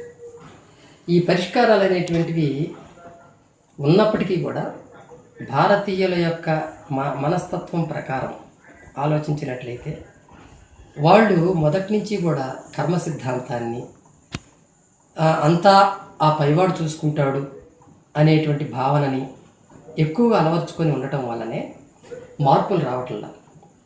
ఈ ఆర్థిక మన కుటుంబ ఆర్థిక వ్యవస్థ ఇంత ఈ స్థితిలో ఎందుకు ఉంది అనుకోవటానికి మన తలరాతనో లేకపోతే దేవుడు మనల్ని ఇట్లా పుట్టించాడనో లేకపోతే పూర్వజన్మలో ఏ పాపం చేసుకున్నామో ఇప్పుడు ఇలా అనుభవిస్తున్నామనో అసలు అనుకొని సరిపెట్టుకుంటారే తప్ప దీన్ని తొలగించుకోవాలి, మనకి వచ్చినటువంటి ఈ పేదరికాన్ని లేదా ఈ సమస్యని తొలగించుకోవాలి అనేటువంటి చైతన్యం వాళ్ళల్లో ఎక్కువ మందిలో రావట్లేదు. అది వచ్చిన వాళ్ళల్లో అది తొలగిపోతుంది. ఇది మనం గమనించాల్సింది. చిన్నప్పుడు అంటే పుట్టుకతో పేదవాళ్ళుగా పుట్టినప్పటికీ కూడా ఆ పేదరికాన్ని తొలగించుకోవటానికి వాళ్ళు ప్రయత్నం చేసినటువంటి వాళ్ళందరూ కూడా బాగానే పైకి ఎదిగారు. ఆ ఎదగటానికి వాళ్ళు దేవుడు సాయం తీసుకోలేదు, లేకపోతే ఇంకోటి సాయం తీసుకోలేదు. అంటే దేవాలయాలకు వెళ్ళినా లేకపోతే పూజలు చేసినా చేస్తే చేసి ఉండొచ్చు, అంతటితో ఆగలేదు. వాళ్ళు చేయాల్సిన కృషిని వాళ్ళు చేశారు. అందువలన ఇక్కడ మనం ఏంటంటే మూఢనమ్మకాలని ఆశ్రయించి ఉన్నంతకాలం కూడా మన మనస్సులో మూఢనమ్మకాలకి స్థానం ఇచ్చినంతకాలం కూడా మనం సరైన స్థితిలో ఎదగలేము. వాటన్నిటిని తోసి పక్కకు దోసి శాస్త్ర విజ్ఞానాన్ని అంటే వైజ్ఞానిక ఫలితాలను తీసుకొని వైజ్ఞానిక రంగం సాధిస్తున్నటువంటి ఫలితాలను తీసుకొని వాటిని ఆచరించడం ద్వారా వాటిని జీవితానికి అన్వయింపజేసుకోవటం ద్వారా ఈవేళ యూరప్లో ఉన్నటువంటి 25 దేశాలు ఎంతో ముందుకెళ్ళినాయి. అట్లాగే అమెరికా కూడా ఒకప్పుడు క్రిస్టియన్ దేశంగా ఉన్నటువంటి అమెరికా కూడా ఈవేళ చాలా ముందుకెళుతోంది వీటన్నిటిని పక్కకు దోసేసి. అట్లా చాలా ఉదాహరణలు మనకు కనిపిస్తాయి. వాటిని ఉదాహరణకు తీసుకొని మనం మన ఆర్థిక వ్యవస్థని కుటుంబం నుంచే మొదలుపెట్టి మన ఆర్థిక వ్యవస్థని మనం బాగు చేసుకోవాలి. ఈ నమ్మకాలు, ఈ జ్యోతిష్యాలు, ఈ వాస్తులు, ఈ రంగురాళ్ళు లేకుంటే ఇంకోటి ఆ బాబాలు, స్వాములు, దేవుళ్ళు, దేవాలయాలు ఇవేవి కూడా మన జీవితాన్ని బాగు చేయలేవు. మనల్ని మనమే బాగు చేసుకోవాలి, మనకు మనమే సంస్కర్తలం అనేటువంటి దృష్టిని పెంచుకోవాలి. అట్లా దృష్టిని పెంచుకోగలిగినప్పుడు మాత్రమే మనం ముందడుగు వేయగలుగుతాము. ఏ ప్రభుత్వాలు ఏమో చేస్తాయని చెప్పి అనుకోవటానికి ఎక్కడ అవకాశం లేదని చరిత్ర రుజువు చేస్తుంది. ఎందుకంటే కౌటిల్యుడి కాలం నుంచి కౌటిల్యుడు అర్థశాస్త్రంలో ఒక మాట చెప్తాడు. రాజైన వాడు తనకు మూఢనమ్మకాలు లేకపోయినా సరే ప్రజల్లో మూఢనమ్మకాలని పెంచాలి అంటాడు. అప్పుడే తన రాజ్యం సుభిక్షంగా అంటే తన యొక్క పరిపాలన ఎక్కువ కాలం కొనసాగుతుందని చెప్తాడు. ఇది కౌటిల్యుని రాజనీతి అంటారు దీన్నే. అంటే రాజైన వాడు మూఢనమ్మకాలను పెంచడం కూడా ఒక పనిగా పెట్టుకోవాలి. అదే మన పాలకులు ఇప్పటికీ చేస్తున్నారు. అటు కేంద్ర పాలకులు తీసుకున్నా ఇటు రాష్ట్రాల్లో పాలకులు తీసుకున్నా సరే మూఢనమ్మకాలని పెంచి పోషిస్తున్నారు. ఆశ్రమాల చుట్టూ, బాబాల చుట్టూ, స్వాముల చుట్టూ తిరిగి వాళ్ళ దీవెనలతోనే మేము గెలిచామని చెప్పి వాళ్ళకి భూములు దానం చేయటం, వాళ్ళకి డబ్బులు దానం చేయటం, వాళ్ళకి సన్మానాలు చేయటం, ఇవన్నీ చేయటం ద్వారా ప్రజల్లో ఆధ్యాత్మిక భావనని పెంచుతున్నారు.